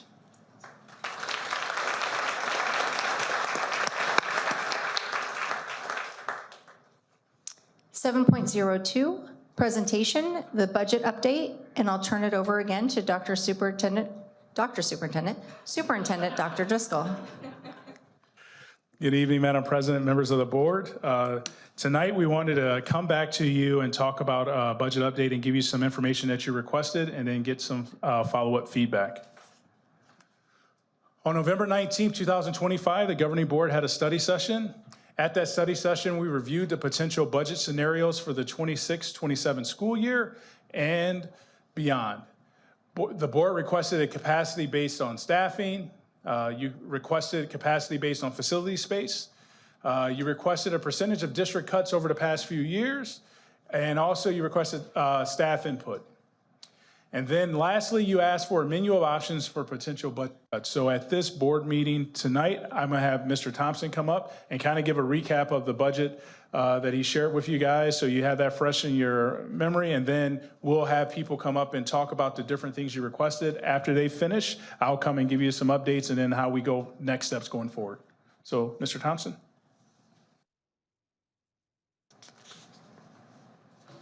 All right, President Ewers, members of the board, Dr. Driscoll, thanks for having me tonight. So if you remember, if I can get rid of this part here.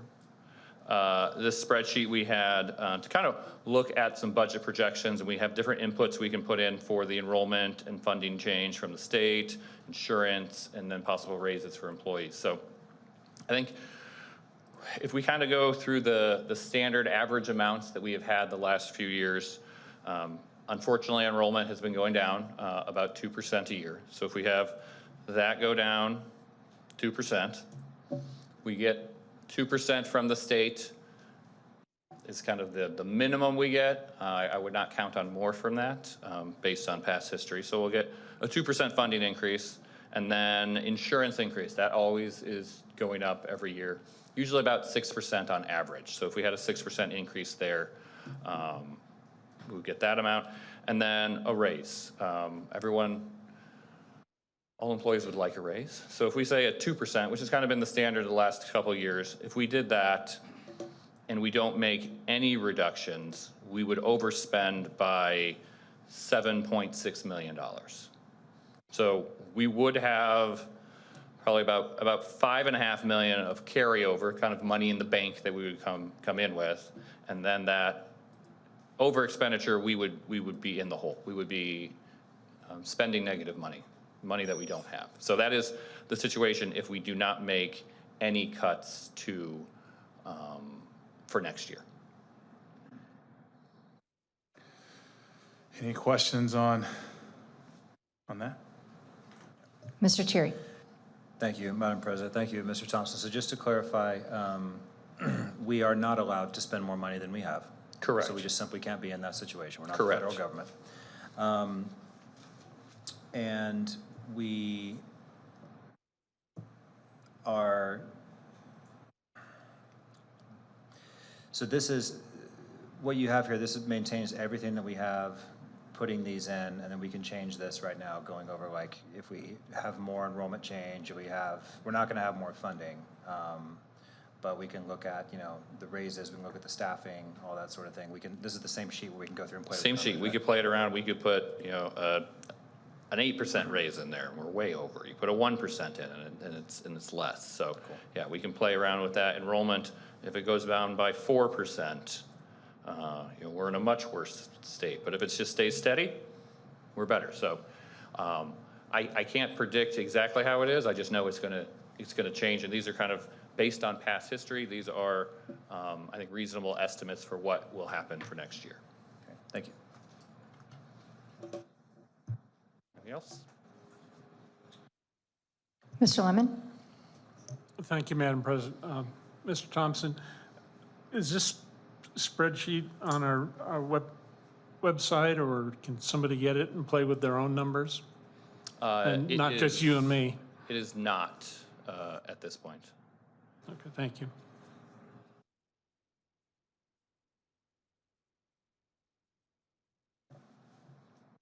Okay.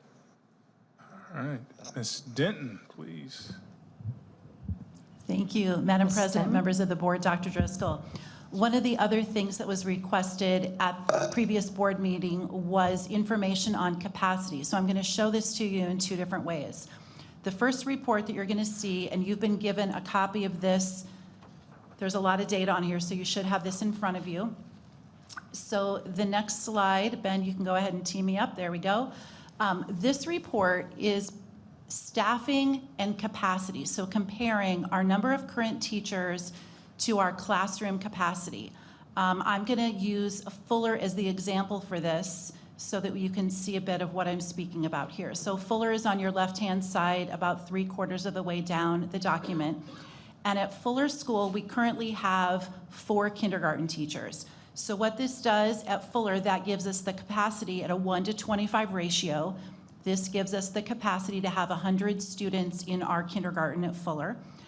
And currently enrolled, we have 83 kindergartners. So that being said, that leaves us with 17 open or available seats in kindergarten. So that was how the calculation was done for every school, for every grade level, comparing the actual number of teachers to the number of students that we have enrolled at that grade level. So you can see at Fuller, we have 17 available seats for possible kindergartners. Also at Fuller, if you look at 5th grade, that's our grade level that's actually most efficient at Fuller. There are 3 teachers, and so that 3 is represented in the parentheses after 5th grade. And currently in 5th grade, if we have 1:25 students, that gives us a capacity of 75 5th grade students. We currently have 72 students enrolled in Fuller's 5th grade, so that leaves us with a capacity or open seats of 3 students for Fuller's 5th grade. So that calculation was done for you for every school at every grade level across the district. I want to point out there's a slight difference when we look at middle school. Middle school is based on a teaming model, and so in that calculation for middle school, and that is at the bottom of your spreadsheet, I'm using Mosley for my example here. With the teaming model, every grade level has the capacity for 300 students per team. Currently at Mosley, we have 242 students, and that would leave then for 6th grade, 58 open seats. So collectively, when you add up all of those figures for every school, for every grade level, district-wide, the number on the chart on the right shows us that we currently have 1,565 open seats when we compare our current staffing to our ratio at elementary school, the ratio 1:25, and at middle school, the ratio of 1:30. So that is information on capacity by staffing. Okay. All right, if we move to the next spreadsheet, this one is slightly different. This is a calculation based on square footage. So completely different math problem when it comes to the square footage versus capacity. So I'm going to share Aguilar as an example for this one. In this particular document, you can see in the first row, it shows that Aguilar should be able to accommodate 700 students based on their square footage. Now, what this does not take into account is how we utilize all of our classrooms across the school. So at Aguilar, when we look at those classrooms, we have 3 classrooms at Aguilar that support students in a specialized program. Their ratio is not 1:25. We would not put 25 students into a specialized classroom. We also have 2 classrooms at Aguilar dedicated to our preschoolers. So when you start to peel back how we utilize different classrooms across our buildings, whether it's for PACE, whether resource or specialized classrooms, the ratio or the capacity does look quite different. And you can see in this particular document, if every single classroom was used just for general education, 1:25, 1 teacher, 25 students, this shows that we have availability of 4,400 open seats. But again, it does not take into account utilization of space across all of our schools. Any questions for Cindy? Mrs. Windsor? Thank you, Ms. Ewers. I just want to clarify, when you said 4,400, do you mean feet? No, I mean 4,400 available seats. If every classroom at every school was utilized by a general education teacher with either 25 students, K-5, or 30 students as a ratio for 6-8, 4,400 open seats. Again, that is all based on a square footage calculation. We know that's not how all of our schools are utilized because we have special classrooms for special purposes, but mathematically, that is the calculation based on square footage. Got it. Thank you for restating that. Yes, ma'am. Mr. Lemon? Thank you, Madam President. The School Facilities Board looks at total square footage, is that correct?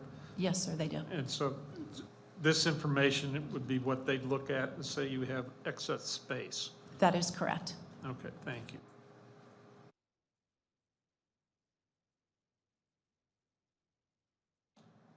Seeing no further questions. All right, Mr. Mangini. All right. Thank you, Madam President, members of the board, Dr. Driscoll. The question was raised in the November meeting about historical staffing and the percentage of staff that has been reduced district-wide and district staffing. So I'd like to kind of just go over that. Every year we approach staffing through the HR process. We work to develop staffing assignments that look at student enrollment, we look at funding, and then we look at district needs. Within the last 3 years, we're looking at all staff, all FTE, we've had a reduction of about 10%. So historically, in the 2023-24 school year, we had 1,735 FTE. In the 24-25 school year, we had 1,601 FTE. And currently in the 25-26 school year, we have 1,565 FTE. So that is throughout the entire district. Separately, I believe the question was asked about at the district level, what is that percentage of staff? So kind of again from the 23-24 school year, district-based positions have decreased from 320 FTE to 286 FTE.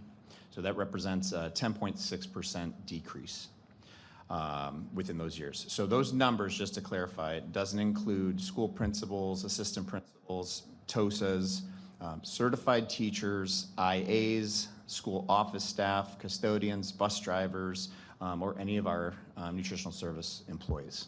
So district-based employees, 10.6%. And so kind of how we got there with those cuts, it started really in the 2022 school year with Dr. Driscoll's restructure, reorganization. Over the last few years, we've had reductions, repurposing of FTE, and then vacancies that we just have not filled. So that's kind of the culmination of that percentage. Any questions from the board? Seeing none. So one of the things you asked for is to get feedback, staff input. And so after that meeting, we met with district leadership, we met with school principals, and then we had TEA send out a survey to all staff asking for, so I always got to do that. That's only how you do it. I'll say T, and you guys will look at me like you don't know. All right. So we sent out staff input from TEA as well, and we gathered all that staff input and took their recommendations and kind of put dollar figures to that. And so from that, we had some general themes, and for transparency, I would share with you the number one theme that came out is reduction of district level administration. The core idea was that the district office is too heavy, too many high paid directors and chief positions. The number two was elimination of large events, specifically the back to school rally. And the core idea is a significant number of respondents significantly called for canceling the annual back-to-school rally. They view the expense associated with venue rental, busing staff, and hiring paid guest speakers as a waste of funds. The third theme that came out is protection of staff compensation, salaries, insurance. The most critical priority for employees is protecting teacher salaries and health insurance benefits. The fourth was cutting non-essential programs and curriculum spending. Employees are critical of the continuous purchase of new curriculum, software subscriptions, and flashy initiatives that are underutilized. The fifth ranked was school closures and facility consolidation. Acknowledging declining enrollment, many staff members suggested closing or consolidating schools that are operating under capacity. The sixth idea that permeated the survey and staff input was restructuring non-classroom certified roles. There is a strong call to evaluate and reduce certified positions that do not involve directly daily instruction. Respondents suggested eliminating restructuring roles such as the teacher on special assignment, instructional coaches, digital innovators, and librarians, often suggesting librarians move to a classified status or itinerant schedules. The seventh was a transition to a 4-day school work week. A recurring proposal is to move the district to a 4-day instructional week, Monday through Thursday. Proponents argue that this will result in substantial operation savings on transportation, fuel and maintenance, utilities, and substitute costs while potentially improving staff retention. And then the last one of the big buckets was 8, operation efficiency and energy conservation. The core idea was many responses focus on physical plant savings, suggesting including stricter controls on HVAC usage, turning off AC during the night, breaks in winter, installing motion sensor lights, digitizing paperwork to reduce printing costs, and selling unused district vehicles. So based off all that feedback and putting cost analysis to all of it, the district came up with about 35 million in potential savings across the board.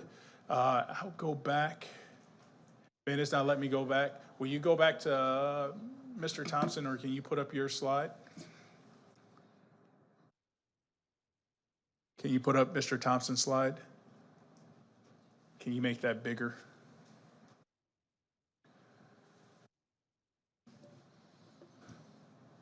Mr. Thompson, we need to zoom in. Yeah. He's doing it. All right. So that line 7.6, 112 is the line that we have to get to.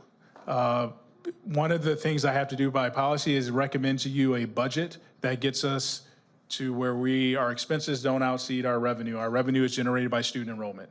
And so based on the feedback and all the suggestions, I believe that I can make a recommendation to the board that can get us to that number with increasing funding us at a 2%, that we'll have a decline in enrollment of 2%, that the district will cover 6% in insurance costs, that we would give the cost of living, which is 2% or inflation, whatever is less, and we would give a 2% raise, or what I would say the cost of inflation, whatever is less. So basically what the state gives us in additional funding, we would pass that on to all our employees.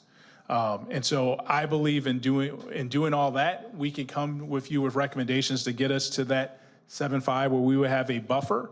And one of the things I would tell you is that we want to have about $5 to $6 million in carry forward because we do current year funding. If our enrollment goes down by more than 2%, we have to cover that cost.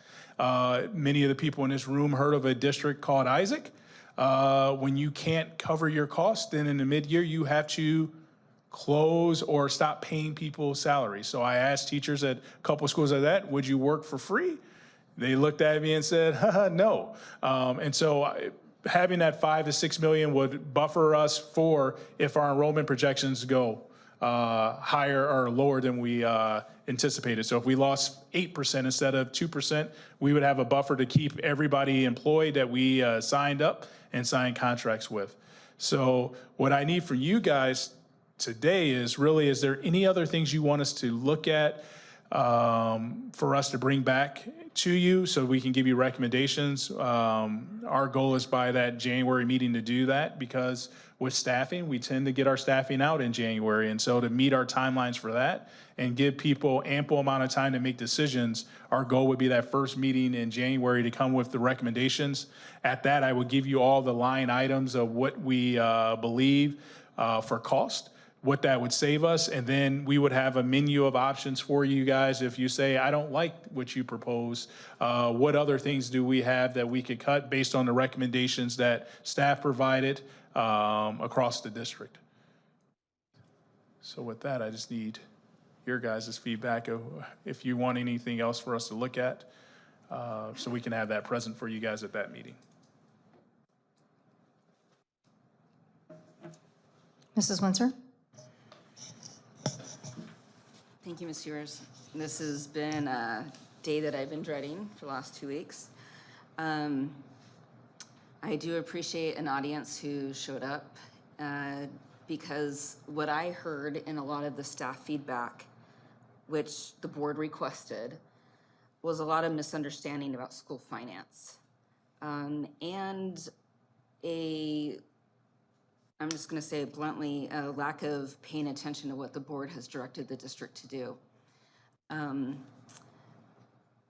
I appreciate Mr. McGinney identifying the decrease in district staff because, I mean, just for those of you who don't know me, I've been a public educator for 26 years.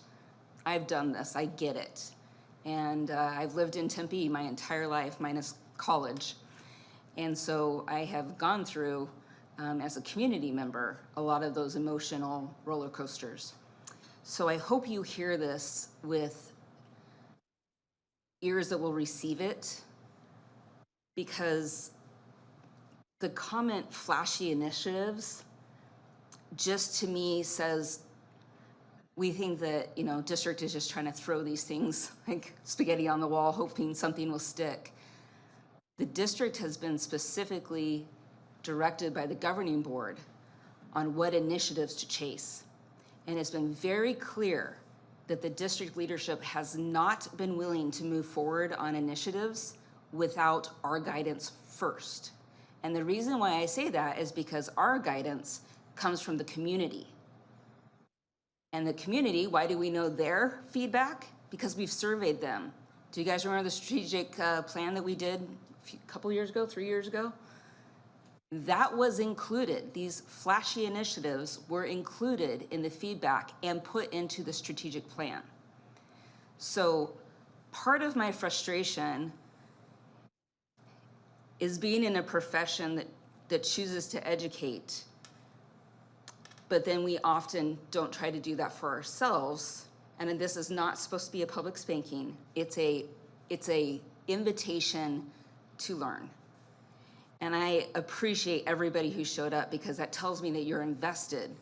But we all know you're a fraction of the people you work with, right? And so I'm hoping that you will deliver this message and help educate them, because we need to be in this together and we need to understand the fundamentals of school finance, which is tightly controlled, not by our own doing. We are just held hostage to the rules, really. And we are required to follow them. And so when people say, oh, that's a different bucket of money, I know as a teacher, when I would hear that, I'd roll my eyes. I'm like, oh yeah, buckets of money. Until I had to deal with the buckets of money, and I'm like, oh, no, these are legitimate. This isn't just something that you can swap back and forth and do whatever you want. It is tightly controlled. So I'm hoping that people will hear that the governing board has been working hand in hand with the district leadership, to the point where when Dr. Driscoll suggested that we not fill his assistant position, quite honestly, I was upset, personally upset, because I know that, and I asked you, would you ever ask a principal to not have their assistant? No, we would never ask a principal for that. And we all know how valuable that position is. But I think it's really easy to point fingers and say that certain people are not worth that role or that paycheck. And this is probably a lot more blunt than I normally would be, but I think that we're in that point in time. We don't want to be an Isaac district. We do not want to be in the business of cutting options for our community. And while I understand that the 4-day week is an attractive and seems very logical solution, what we have seen in other districts that have gone that way is that they lose children because families have to have care. And what did we all learn in COVID? As much as we want to be respected as professionals, we are also seen as daycare, right? And that really sucks to admit it, but it is the nature of our business. And so for me, I think it's valuable to study, but I believe if I've been following the conversation correctly in Arizona, it has not been a successful initiative. So let's just talk about, it's possible to study it, but let's not count on eliminating a day being the salvation of the district. I also want everybody to know that we are all in the recruitment game. We are all in the recruitment game. We have shown up to night events, Ms. Ewers being the #1 participant in night events in the district. I think this lady's gone to everything. And we don't see a lot of staff other than the ones who are in the rooms, hosting kids and all of that. We need everybody, not just at those events, but talking a good game about our district. We know we have fabulous staff. We know we have great kids that are so easy to love and so easy to champion. We need to be spreading that message. Please help spread that message. We are all in the recruiting game. Not one entity can save everybody. We all have to be invested in that. So for me, the guidance that I would like to see is, and I'm gonna just use the phrase, the flashy initiatives that the district has, the governing board has requested the district to chase after. Please continue chasing after, because that's what our community says they want to send their kids to. And we want schools that the community wants to send their kids to. So I would like for people to shift the thinking to consider that traditional public education is not the magnet that it has always been generationally. We have to offer other options. And unfortunately, that makes us feel like we're pitting schools against each other. Is there a need for traditional public schools? Absolutely. We know that, isn't it like 85% of America's children are enrolled in public education? Somewhere between 85 and 90%. We know that there are people out there who support public education. But that doesn't mean that they support it in the exact model that we've been offering for decades. We have to be willing to shift. Instructional strategies, we have to be willing to shift what we're doing. Another thing that came out clear as day is that staff is feeling overwhelmed with the amount of initiatives. I think you identified it as the purchasing of curriculum and things like that. So yet another thing that we need to talk about. We need to discuss the fact that curriculum must be updated. That is a cycle that every district does, and let me tell you, it is not a fun process. Most people don't look at textbook adoption as, yay, we get to bring another committee together again and go through public comment. It is a requirement of our profession to constantly be refreshing our curriculum. I believe it's every 8 years, 8 to 10 years, something like that. And so some of it will be a mandate that we're required to do. Some of it is a mandate from the governing board, because as much as I love teacher autonomy, it is not resulting in the proficiency that we need from our children. I would love to give everybody carte blanche on how to teach children if it produces the results that leads children to be able to read and write and do math proficiently. We know that we have major hurdles to overcome in our district. The wraparound services that we have been instituting in every quadrant of the district is one response to that. And I believe, if I've been paying attention correctly, all of that being donations. That is correct. That is an amazing thing that we've been able to generate with one position. And I recall when you asked for that position and we pushed back on it, you said, what you pay in that position will be returned 10, 15-fold. And you have absolutely been proven correct on that. We need everybody to realize that we're all in the same game and to not take truth to be hurtful. We all know everybody is working incredibly hard. We just all have to work towards the same goal. So for me, chase those flashy initiatives, build them as great as we can. Brittany and her team have been doing fabulous with broadcasting them. I see it on social media. I hear people talking about it. I was presenting at a school board conference this afternoon. I sat down by a school board member on the panel from Pendergast, and he said, "Where are you from?" And I said, "Tempe Elementary." And he said, "Oh, I'm hearing great things about Tempe Elementary. There's a couple of things we're stealing from you and trying to model." I was like, really? Like, I'm always surprised when people even know we're on the map, because like, I just think of us as kind of a small town, even though we're really not, but that's my mindset. And it was refreshing to hear positive things that other people are seeing coming out of our district. And that's because we know the great things are coming out of our district. So while this is an incredibly difficult time, it is an opportunity for us to revisit, refresh, and reimagine. And if we all choose to pull together, we can do that. We've done it before. We have a history of resilience. Unlike other districts that are brand new to this, we've done this before. We've had difficult community conversations. We've had tears shed, and I'm sure Mr. Lemon would say we even have angry respondents. But we've done it before, and we've survived together because we chose to stand together. And I'm hoping people will choose that again. That's all for me right now. One of the things I didn't say that I should tell you in my recommendations, because I know we have all these people out here, it's without closing schools either. So with my recommendations, I believe we can get to that 7.6 number, I think 7.4, 7.5, and that would be without closing schools as well. So for the people out there, we are not looking to make recommendation to close schools as well with that.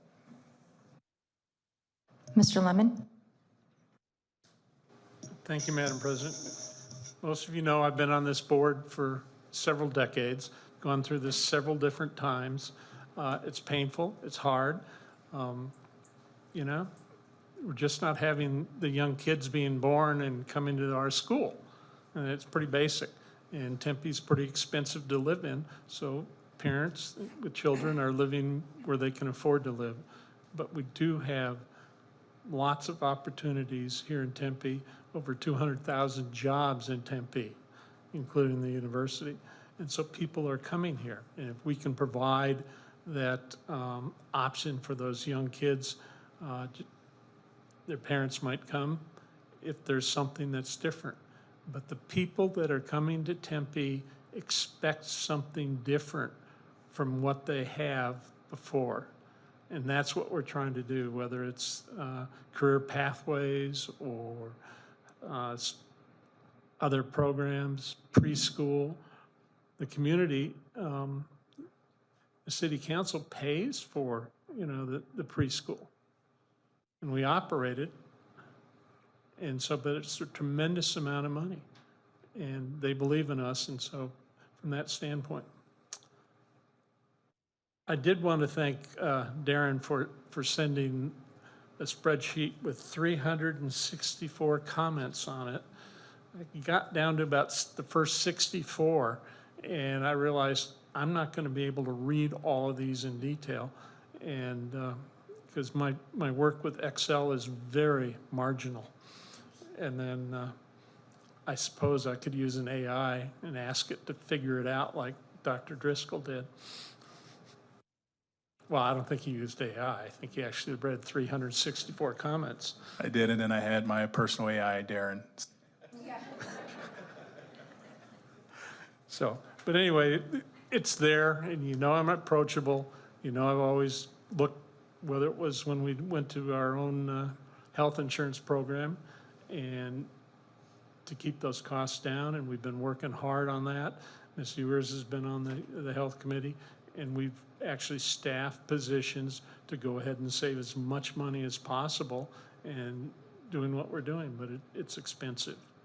And from that standpoint, and we can't control the health care industry, but we can control how we use it. And I think that's one of the things that Sandy has asked everybody to do from that standpoint. And the other comment I would make, you heard me ask Mr. Thompson tonight, you know, is this spreadsheet, you know, available? Can you play with the numbers yourself and take a look at it and see what changes? And I would hope that maybe some of you would do that. They're much better using Excel and playing with the financial numbers, but it's a difficult thing. So that's where we're at. And, you know, my mother was a librarian, and I think libraries are very important, and I think they have a big, big influence on the quality of the school. Just like we have trained health professionals at all our schools. We don't have, you know, a part-time somebody. We have people that are professionals. That's how I got started in this business, because we have a population that needs it. And we know our nurses save the state millions of dollars in access money and emergency services, and the tremendous amount of pain that the kids would be having if it weren't for the nurse diagnosing that something needs to be done. So that's where we're at. And so you're going to see me, don't cut librarians, and please don't cut the nurses. The nurses know where I live, so that's. So thank you, Madam President. Mr. Miller. Thank you, Madam President. Just kind of jumping off of what Ms. Windsor said about the 4-day work week. Not only am I concerned about the enrollment issues, and we already have enrollment issues along with every school district in the East Valley, what I have never seen, and I would want to see if that somehow saves a bunch of money, is does that help kids learn in any capacity? Because to me, making them stay longer and losing a day, I don't know, doesn't seem educationally helpful to me. It's already hard enough to teach kids in the morning, hours to teach longer, I don't know, focus, all that, so that's all I have, thank you. And one of the things I would say to that, so I was at I won't say the school I was at, but I mentioned that was one of the things that people talk about. And I said to them, well, if it's going to be a cost savings, it would be that we eliminate 20% of salaries. That one day represents 20%. And I said, if you want to do that, yeah, it'd be a huge cost savings, because the putting on the buildings and stuff like that, there's not a huge amount, but it would be limited. And the teacher walked down and was like, no. The number to eliminate 20% or one day of teacher and salaries for that is like 10 million. And if we did that, we can get rid of this problem, but I don't think that is good for kids. Our kids struggle as it is, and to take the only support they have and take a day away from that, I don't think that would be an option, but most people don't talk about that. I don't think many of our employees want to lose 20% of their salaries.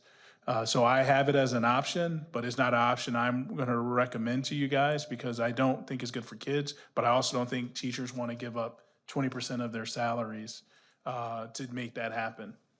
So I could be wrong though, but I don't think so. Mr. Cherry. No, I'm just speculating. I doubt you're wrong about that, though. When I worked for ASU, about half of us worked in public schools. I mean, we were advising public schools. We wouldn't have the ability to do that unless there was the trust there, knowing we knew what we were talking about. And every single one of us took a pretty significant pay cut to go work there. I was very surprised by that, and the conversation was always the same. It wasn't about the money. We knew what the money was when we got into education. None of us left because of the money. We left because the job was just that hard. We were just tired of the whatever. I mean, you name it. Everybody had some reason why we left, but nobody left because of the money. So when I look at some of these numbers, yeah, I mean, yes, I love getting 2% raises too. You know, $60K, it's $1,200. You know, after tax, it's $30 a paycheck or something like that. I mean, to me, that's not worth going from 25 kids in a class to 28, 29, 30 kids in a class. It's just not, to me.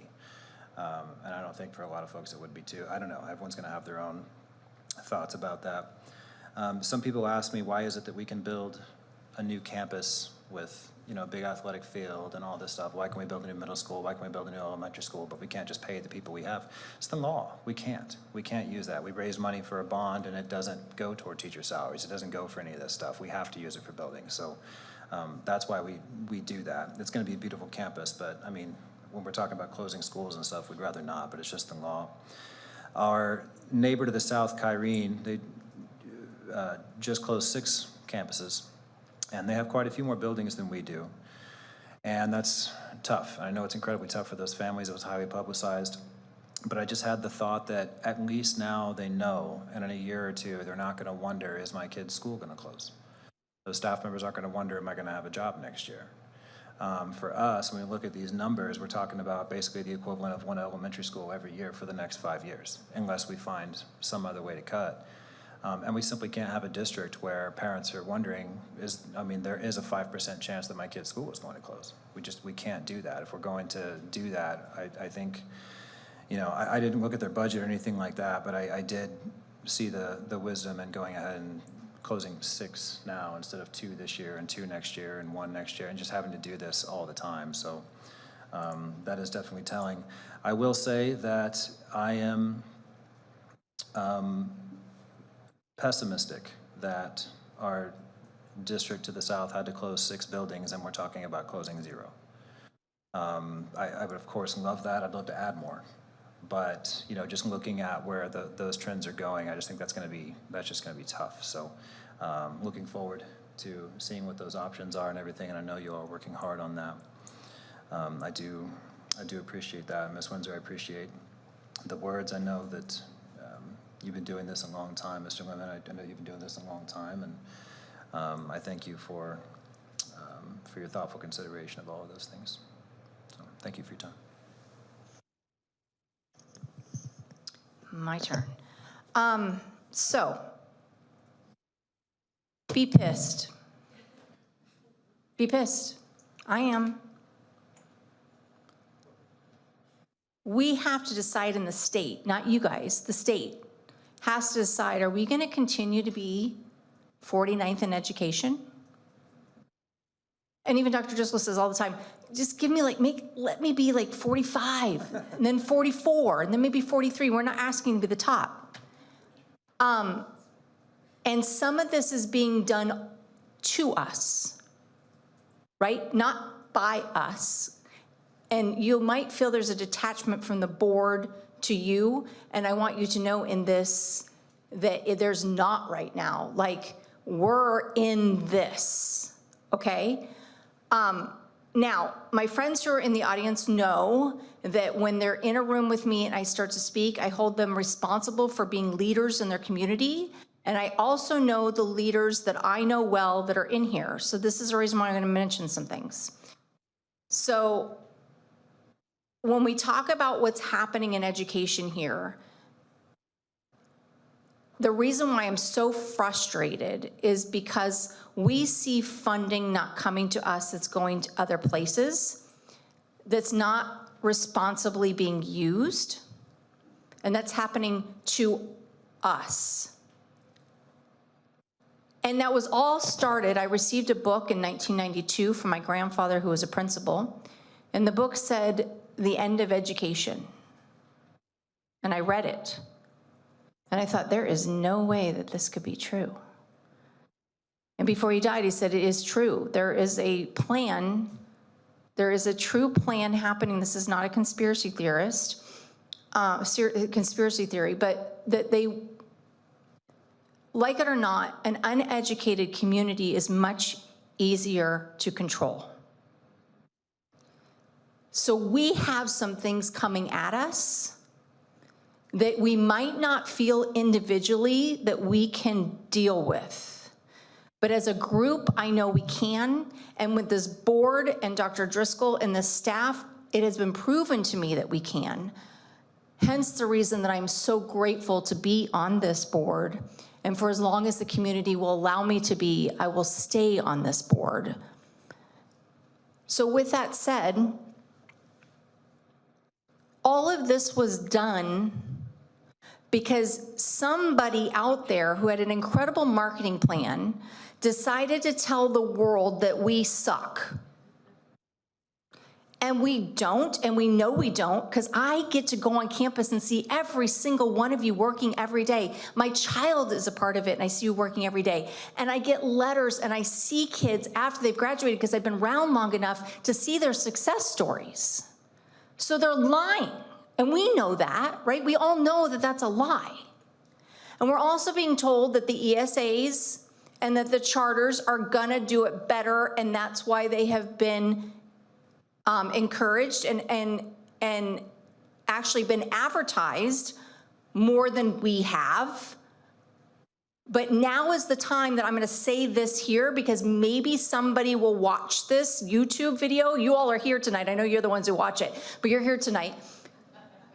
I'm saying this because if that was the case, if giving that money to another organization to do this better, why haven't they proven that they're doing it better?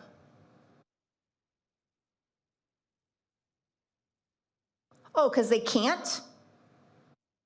They have no way to show us that? They're not? And I can honestly say that now, after speaking with my high school friend teachers who get some of these children back in the traditional public school arena and say, oh my God, we're gonna need a school for the kids who weren't in school. Because all it does is it takes this kid, you have a class that's working on here, you put the kid that's in here, and you all know you struggle because you gotta go and then and try it, and sometimes it just doesn't work. So what do? We go a little bit lower so everyone can be a part. So then Dr. Driscoll and his staff come by and say, no, that is not an option. And so we're continually putting programs together, which does require staff.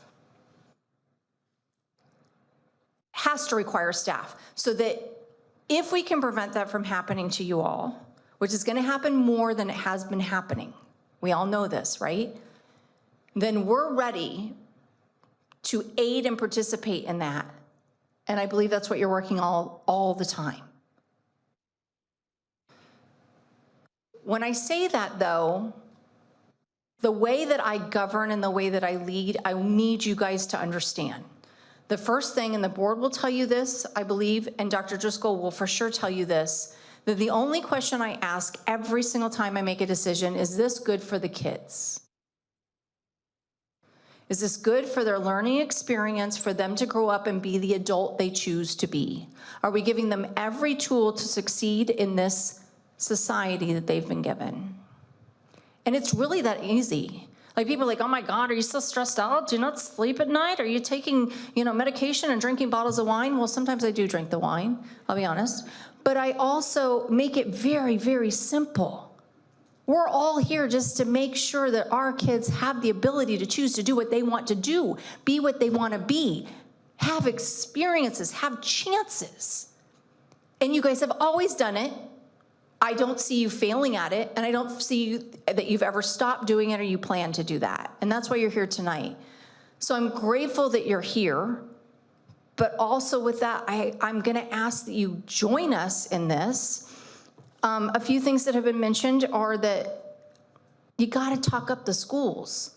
If people hear us talking about how the board sucks, or this sucks, or we're taking away healthcare, or we're gonna get 1:49 ratio in classes, or 1:38 ratio in classes. Good news is we had a policy meeting, so if you listen to your study session, you'll find out that we're at a 1 to 25 minutes in our policy. So that's good. Like, I can let you all know that it's on paper, so take it off the list.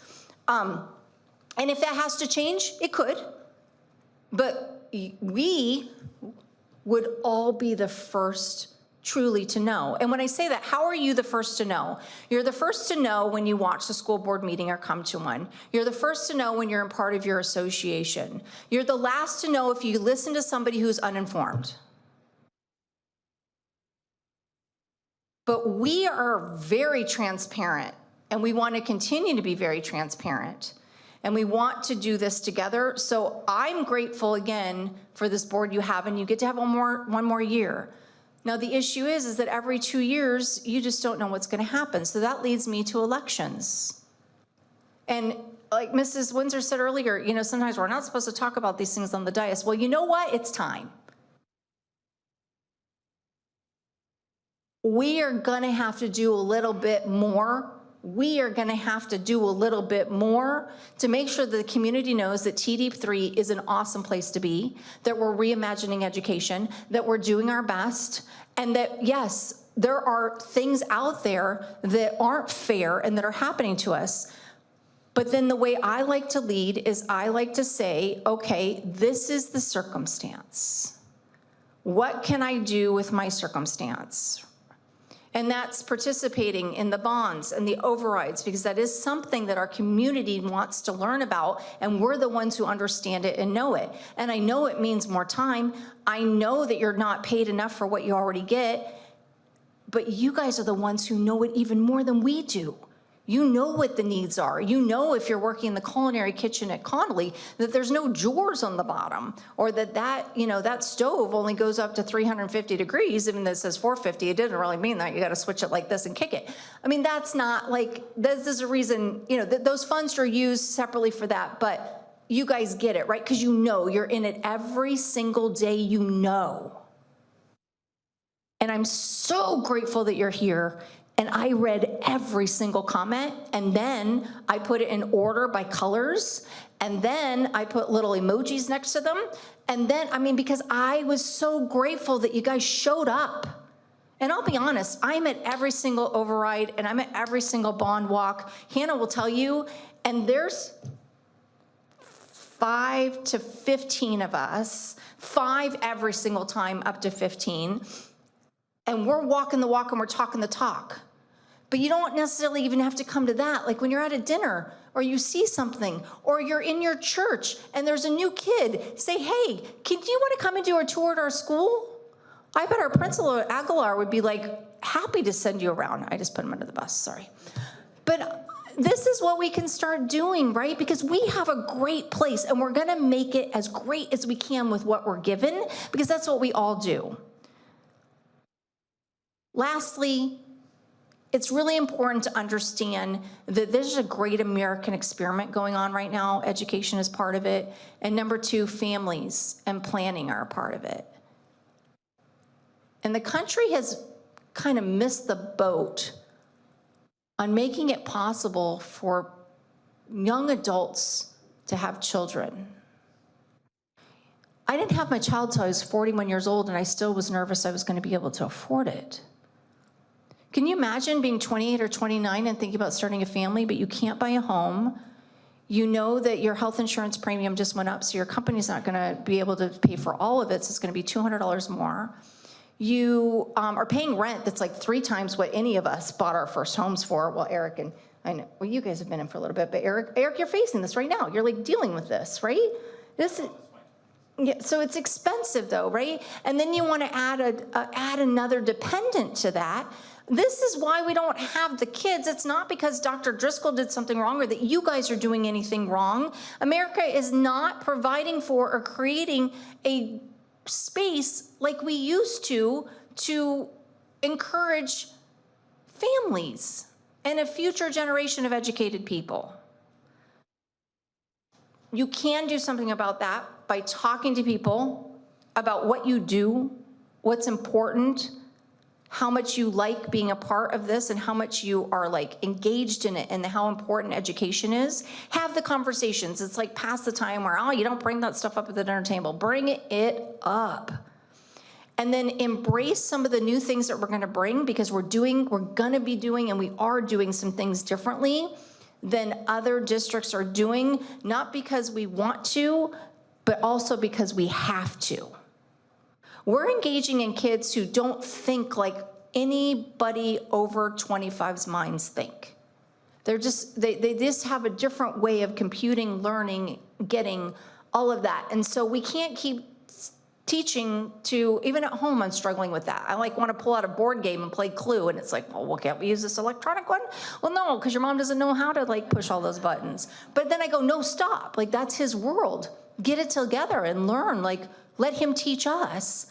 We got to get up. So Dr. Driscoll, you always know I'm assigning you to whatever these numbers do. Don't stop connecting with the children. They're our client. We're their environment. We're their people.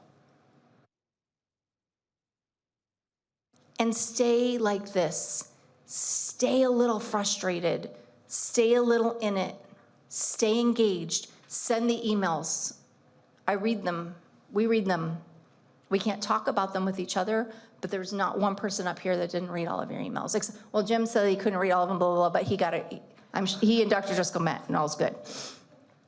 Come to the meetings, come to the study sessions when you can, watch them online,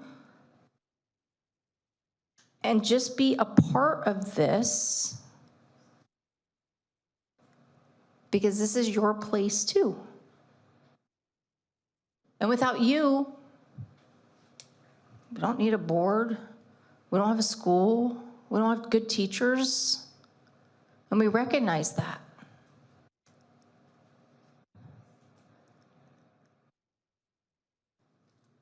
But what's happening is that others made some choices and we're having to deal with them. So I think if we can dealing with them with the greatest attitude, gusto, reimagination, and positivity that we can, proves them wrong, that over 85% of the children in the United States deserve the best education that we can offer them. And who knows, I'm feeling like there's a little change happening in the world right now, and maybe in a few years, 100% will be back with us and know what they were missing. So, kids first. Taking care of our people, and where I come in is healthcare, keeping you healthy. So please stay when I go into the next one, because while you're all here, I need you to hear some things so you can tell other people some stuff. Those two things are going to be the two most important things to me in any decision that we make.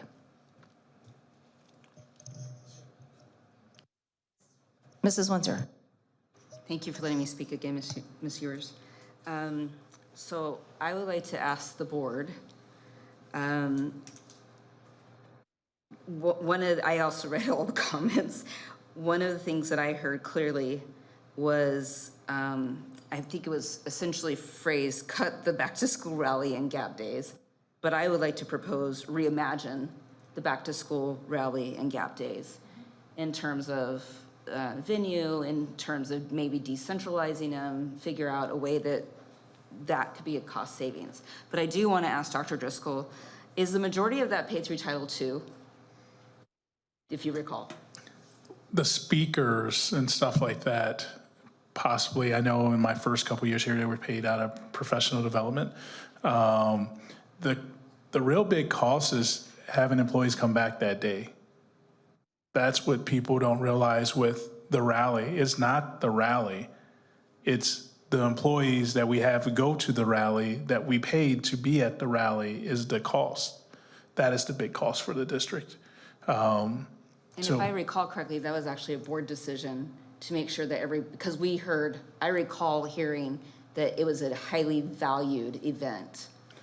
That's what I was told when I came into the district. Like, don't touch that, right? And I didn't touch it, yes. But that's what, when people say get back to the rally, and what I hear is they want another day, but the rally, if we didn't have the rally, we say, okay, then you come back the next day. We wouldn't pay you for that day. That is the big cost savings to eliminating a rally, would be that, is we wouldn't pay people to be there that day. Well, and from what I recall from the feedback that when this question was asked years ago, it was the opportunity to reconnect with colleagues.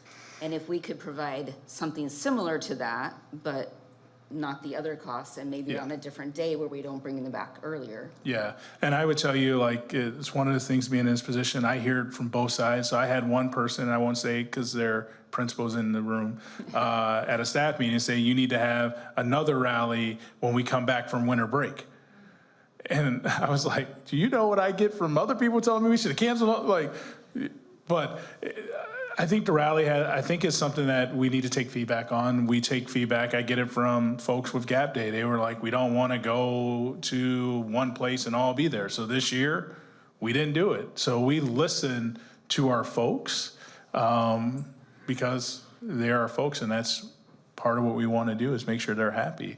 And so we didn't do that for Gap Day. So we didn't have this big Gap Day. We had it at schools because that's what people wanted. So.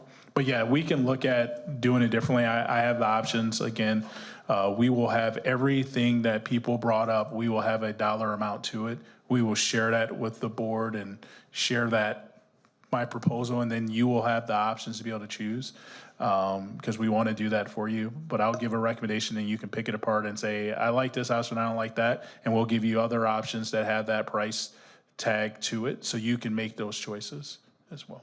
But you did ask for guidance, right? And I Yeah. feel like we haven't given you much. So I thought we could at least address some of the low-hanging fruit. Would you guys agree that reimagining those events would be financially prudent? I'll second that. I mean, I don't know how much we're gonna save, but, you know. Right. Sure. We'll find out the dollar amount later. So again, low-hanging fruit, let's just move forward with that. Second thing I thought that was clearly articulated is protect classrooms. But I think from the conversation here, we need to discuss what is the classroom? Because I recall, like, the state doesn't recognize a librarian as a classroom certified teacher, correct? That would be correct, I think. But I I'd do look at recall Eric. when we talked about 301 years ago, we fought to keep librarians in that pot of money. So from what I'm hearing, we agree that librarians are important. And from what I've seen, in fact, your guys' org chart and what hats everybody wears is amazing. If anybody wants to see it, it's a lot. But librarians, from what I understand, do far more than just check in and check out books. That is correct. We've added to their roles and responsibility. And some of them gladly said, yes, we want to do more. And I was like, yes, you're going to have to do some more. But yes, they do. They're testing, they call them ARCs. So they're doing our testing. And so our librarians have been great folks. I owe one of them, I think I saw him in the audience. I owe them a book. So if they don't leave after this, I can go grab that book for them. Okay. All right. Sorry. I digress. So for me, I would say protect the classroom at all costs, but let's define what that classroom is. To me, librarians would be included in that, especially in the age of consumption of media. We need experts in that field, in my opinion. I see nods. Mr. Lemon, would you agree that in terms of health education, our nurses would be part of that support? I think our nurses are doing a wonderful job now. They just have so many kids that they're trying to serve that they don't get enough time to actually do the teaching that they do. And a lot of it is one-on-one, but not at the classroom level because our kids aren't that healthy. And we're trying to prevent other sorts of problems. Prevention, right? Yeah, so, you know, if we had some more health aides and, I don't know, in service from the universities that are teaching the health people. Let them come see what it's really like from that standpoint, and it may help the nurses be able to get into the classroom and teach more kids instead of one-on-one. Okay, thank you. And then from what I recall from the last override, and historically, the city of Tempe is incredibly supportive of the arts. And to me, music education is part of the classroom experience. And I think it's important for us to identify those because those were the ones that were specifically called out to cut by the respondents. Not all respondents, obviously. But to me, that would be a betrayal to the community because they have clearly articulated that the arts are incredibly important to them. So we all agree that that's part of protection of the classroom? Mr. Thierry, I'm surprised. I would agree that that would be a whole child experience. And then we go back to, is it good for the kid? Yeah. So at least for what we would like to see protected, and that's not to say that we don't want to see other things, but those are the high priorities. Is there something I'm missing? And I would share with you in my recommendation, we wouldn't be increasing our class size numbers as well. And I heard you at the study session about the arts. So we didn't, we have the option because people put it, but I didn't put it in my recommendation because I knew that was a no-go. It's a betrayal to our community. So, but we do have the number because we want to honor our staff who gave those recommendations. We did put numbers to it, so we'll have that so you can see it, but it wasn't a part of my recommendation for you guys. It won't be a part. Is there anything else we need to include, or is that a good launch? Does that give you enough direction? Yes, it does. All right. Thank you. Thank you, sir. Thank you, Ms. Windsor. All right, oh, Mr. Lemon. I was just going to say, one of the comments I read that said we ought to have all these energy-saving devices. We've spent a lot of time over the last 2 decades doing that and putting in light bulbs that go out when nobody's in the room and the thermostats. And we have a firm that's actually doing tons of things at our school so that we can take the money we spend to APS and we can give it to teachers. I mean, it's pretty basic, and we've been trying to do that. Mr. Driscoll, or Dr. Driscoll, can you explain the Schneider Electric Yeah. deal and that where those funds are coming from, that it's not?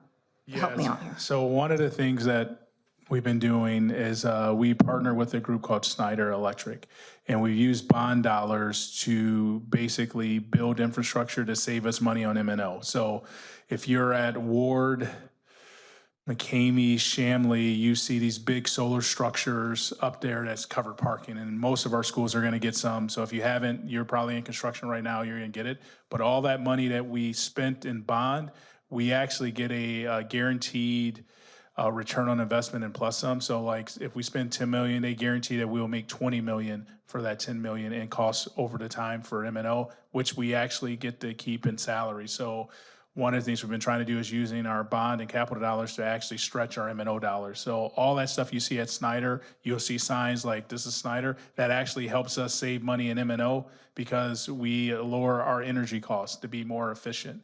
There's a thing about buses that I have to tell, like our electric buses, last quarter, I think the last quarter of the year in fuel costs, we saved like $200,000 in diesel fuel costs having electric buses. People say, oh, you bought all these electric buses. Well, we did, but we got grant money for it. So what we paid for the electric buses after we got subsidized from grant funds were equal to or less than what we would pay for a diesel bus.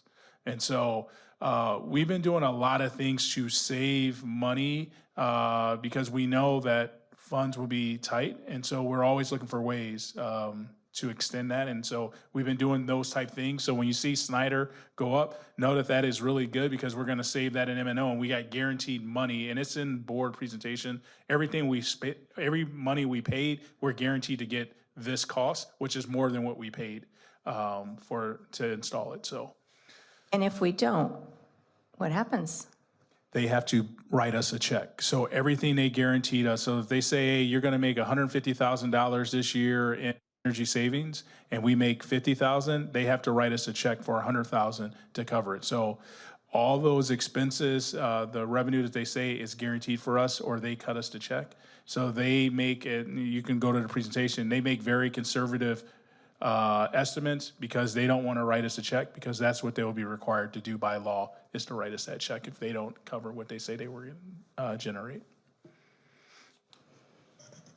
Thank you. And I believe that if we don't set an example for our kids of how we're going to take care of this earth, then we're kind of missing the boat with education too. So this has been a win for us. It's allowed us to put more money into M&O that we'll be using in other places. Eric's already seeing hundreds of thousands of dollars of discounts or lower fees. And we're protecting your cars if you're a teacher, staff. We're protecting the environment. We're using less water. All of these I can say we're all doing right now, and it just also makes me feel good. So 8.01, open call to the public. There are no blue cards this evening, so we'll continue to the next agenda item, which lucky you all, it's me. 9.01, reports on standing committees. So I'm glad that you stayed because this is my healthcare update. We have an extremely strong healthcare board. Many of them have been on this board for, gosh, some of them 10, 12 years. So they've seen the ups and downs, the trials, tribulations, when you all are sick, when you're not. We don't see your name, but we see what you're going through just by the numbers. And if you're not aware we're one of the last surviving districts that is self-insured. So even though you have a Blue Cross Blue Shield card, that means that they're the ones that are doing the billing and sending it in, but we are paying the claims. So when you go to the hospital or you're sick or you have a knee replacement, we actually pay the claims for those. Does it feel a little risky? Yeah, sometimes now, because we know that the healthcare system is not quite working for people, it's working for profit. But that's a different story for a different time.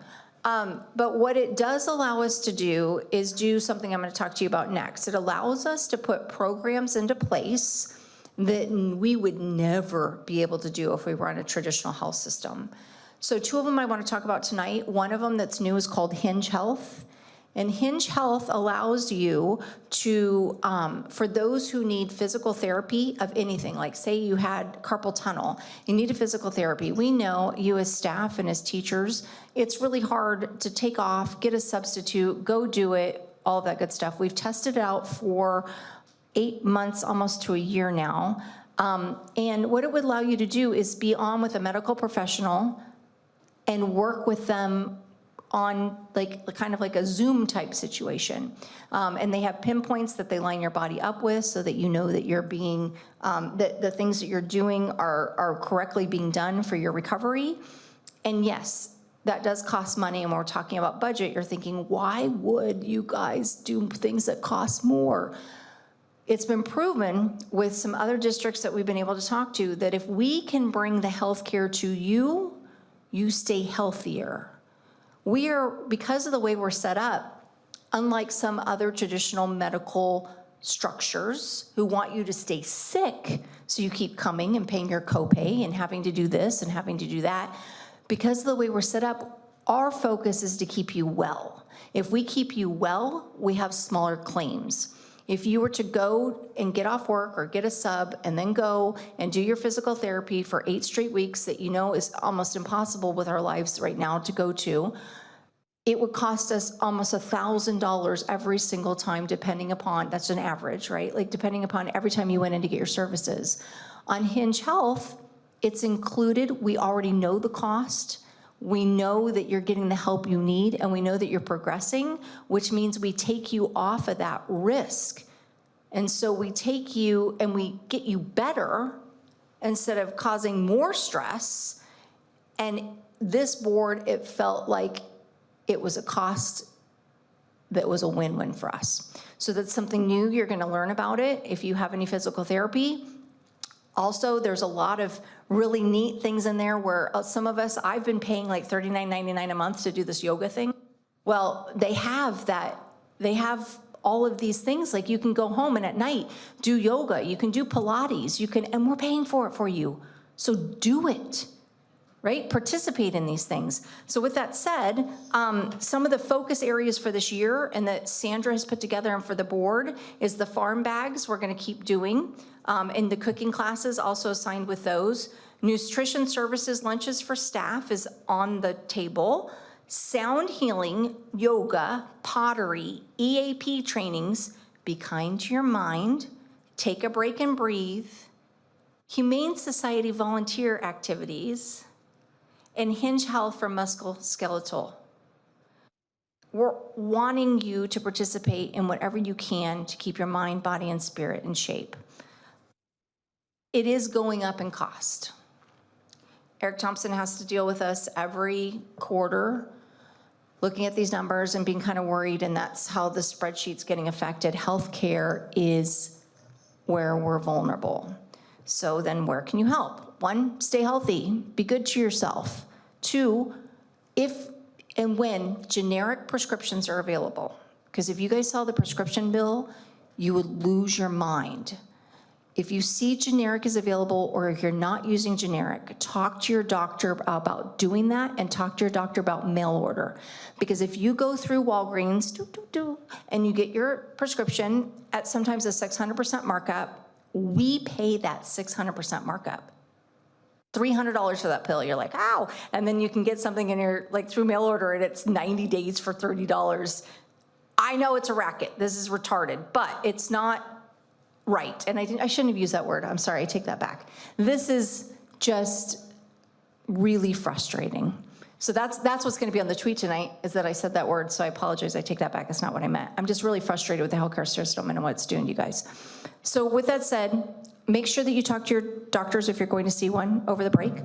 Talk to them about getting generic drugs, because now you know, if you guys can keep that dollar amount down as much as possible, and every $20, every $10, every $5, Eric Thompson sees, and we see the number. We get every single dollar that you guys have to spend.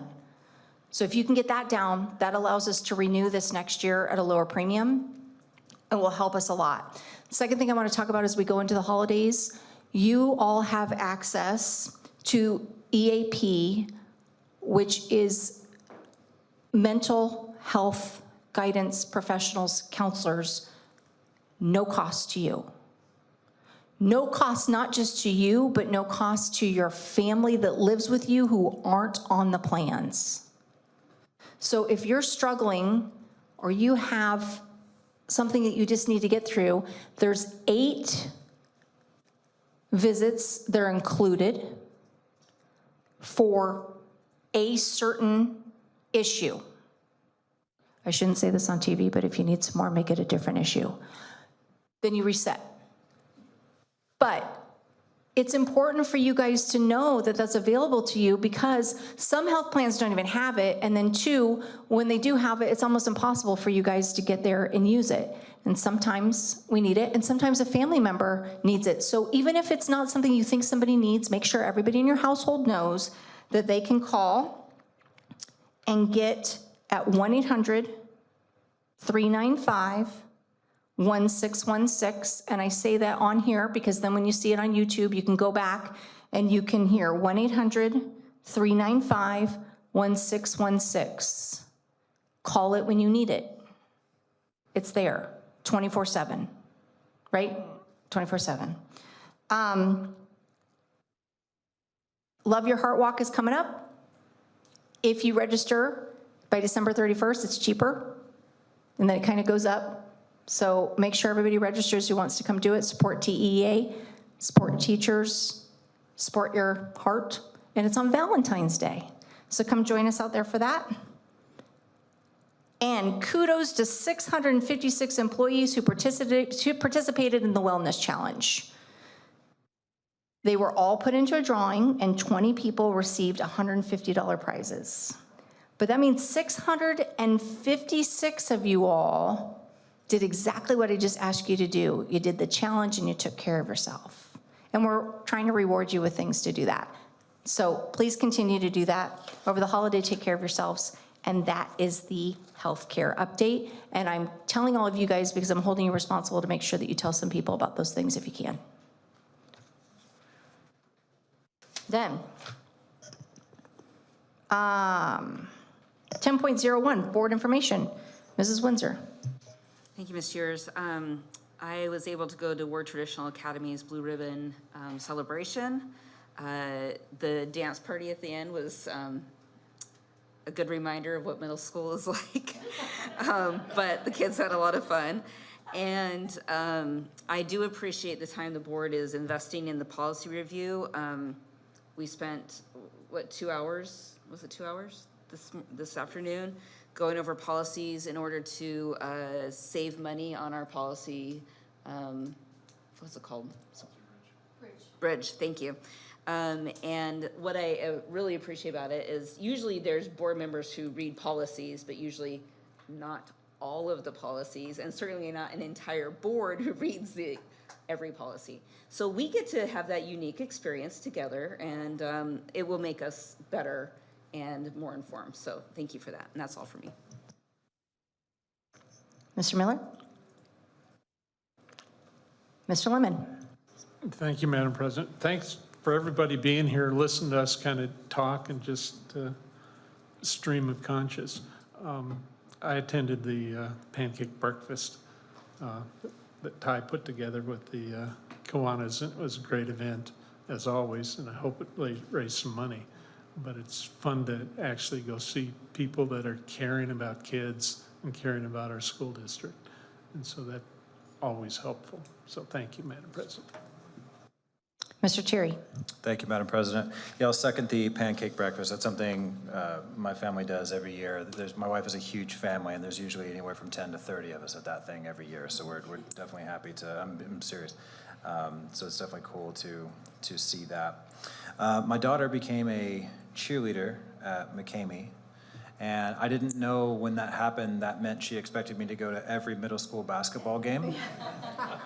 She was very disappointed the first one, and she's like, I expected you to come. I was like, that was not part of the deal. But I have been. I've been going to a lot of them, and they've been so much more entertaining than I anticipated. I didn't know watching 12-year-olds play basketball would be that fun. They really are. I do want to commend those parents who are taking those signs on the wall about sportsmanship and letting the kids play and letting the kids coach. I commend the 99% of parents who are doing that. For those 1% holdouts, remember that they're 12. All right? So let's keep that in mind going forward. But it's just such a pleasure to see children put so much heart into this thing that they're doing, and it's really inspiring to see, and it's a good reminder of why we do what we do. Thank you all. I want to thank everyone who had their open houses for the specialty schools this last few weeks. It meant that you were in, not getting paid for extra time to meet with people, and they were awesome. I was able to attend a majority of them. Those that I didn't, I got feedback from neighbors and friends who did, and the students were a part of it, and you let them lead, which was awesome because that's what we're about, right? So kudos to all of you. The pancake breakfast, I was the first customer, so I got the hottest pancake. That's my, so that was fun. Bravo, and all of the scholars who performed they're just amazing. Like, children are amazing. The McCamey band concert and the Meyer band concert. So I was able to, at the McCamey band concert, there were 4 breakouts because there were so many kids that played and there were so many parents that wanted to be there that it was just amazing. That's when you were talking, Mrs. Windsor, about how our community finds music to be important, and it's new there. We were just able to add it. So bravo to the kids. They were brave and they did well. And the Ward Blue Ribbon, bravo to them. You're right, the dance party was fun and crazy. And the Spread the Love bike assembly, I actually was able to feel like an elf. Like, you have these like dreams about Christmas, and that if you were ever there, what would you do to help Santa? Maybe I'm just weird. Maybe I'm the only one who does that. But when you watch like the Polar Express, like, wouldn't you want to just be in there and making toys and making joy? I got to do that this week. I got to put bikes together. And then Dr. Driscoll learned that I have no idea how to put a bike together, so he had to come and help us a few times and turn the wrench the right way. But I was able to be with Schneider Electric and State Farm and Core Construction, and there's so many people that participated in this. In a little over an hour, we did 130 bikes. I mean, it was like a mean machine. It was like being in Santa's workshop, and it brought the spirit of the holidays together for me. So I want to thank everyone for inviting me to do that. The Meyer concert, I wasn't able to go to, but Courtney Darby was able to videotape it for me, and I was able to watch it last night. So I just want all the children and all of you who work overtime to give these kids these moments know that it's recognized and the community sees it, and the children are more rounded, and it's their whole life experience that you guys are able to develop every day. So I'm grateful to you for that. Lastly, happy holidays to all, and have a safe and happy break. Please come back and all one piece and get your checkups and ask about generic drugs. And let's have an awesome 2026.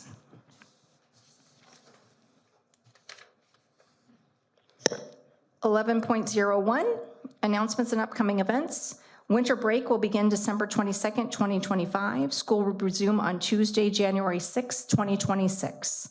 I do want to mention that the board and I will be at the Arizona School Board Conference for the next couple days. And what's so fantastic when we go is they start to tell us all their problems and we're able to say, not our dog, not us. And they go, oh, no, we don't even need to talk to you guys about this because you guys all get along. So I look forward to going to those events, and it's because of you guys that we don't have some issues that other districts do. And we get to learn. We get to spend time learning and going to that. So I'd like to thank the public for allowing us to spend that time continuing our education, or we'd be hypocrites if we weren't doing it. The next regularly scheduled board meeting is Wednesday, January 7th, 2026 at 7 p.m. And the Tempe Everett Elementary Love Your Heart 5K, sponsored by TEEA, will be held Saturday, February 14th, 2026 at 8 a.m. at Kiwanis Park, 5500 South Mill Avenue in Tempe. 12.01, do I have an motion to adjourn? Motion to adjourn tonight's meeting. Second? Second. Any discussion? Oh, no. Happy holidays, everyone. Have a good night. You gotta vote. Oh, everybody in favor? Aye.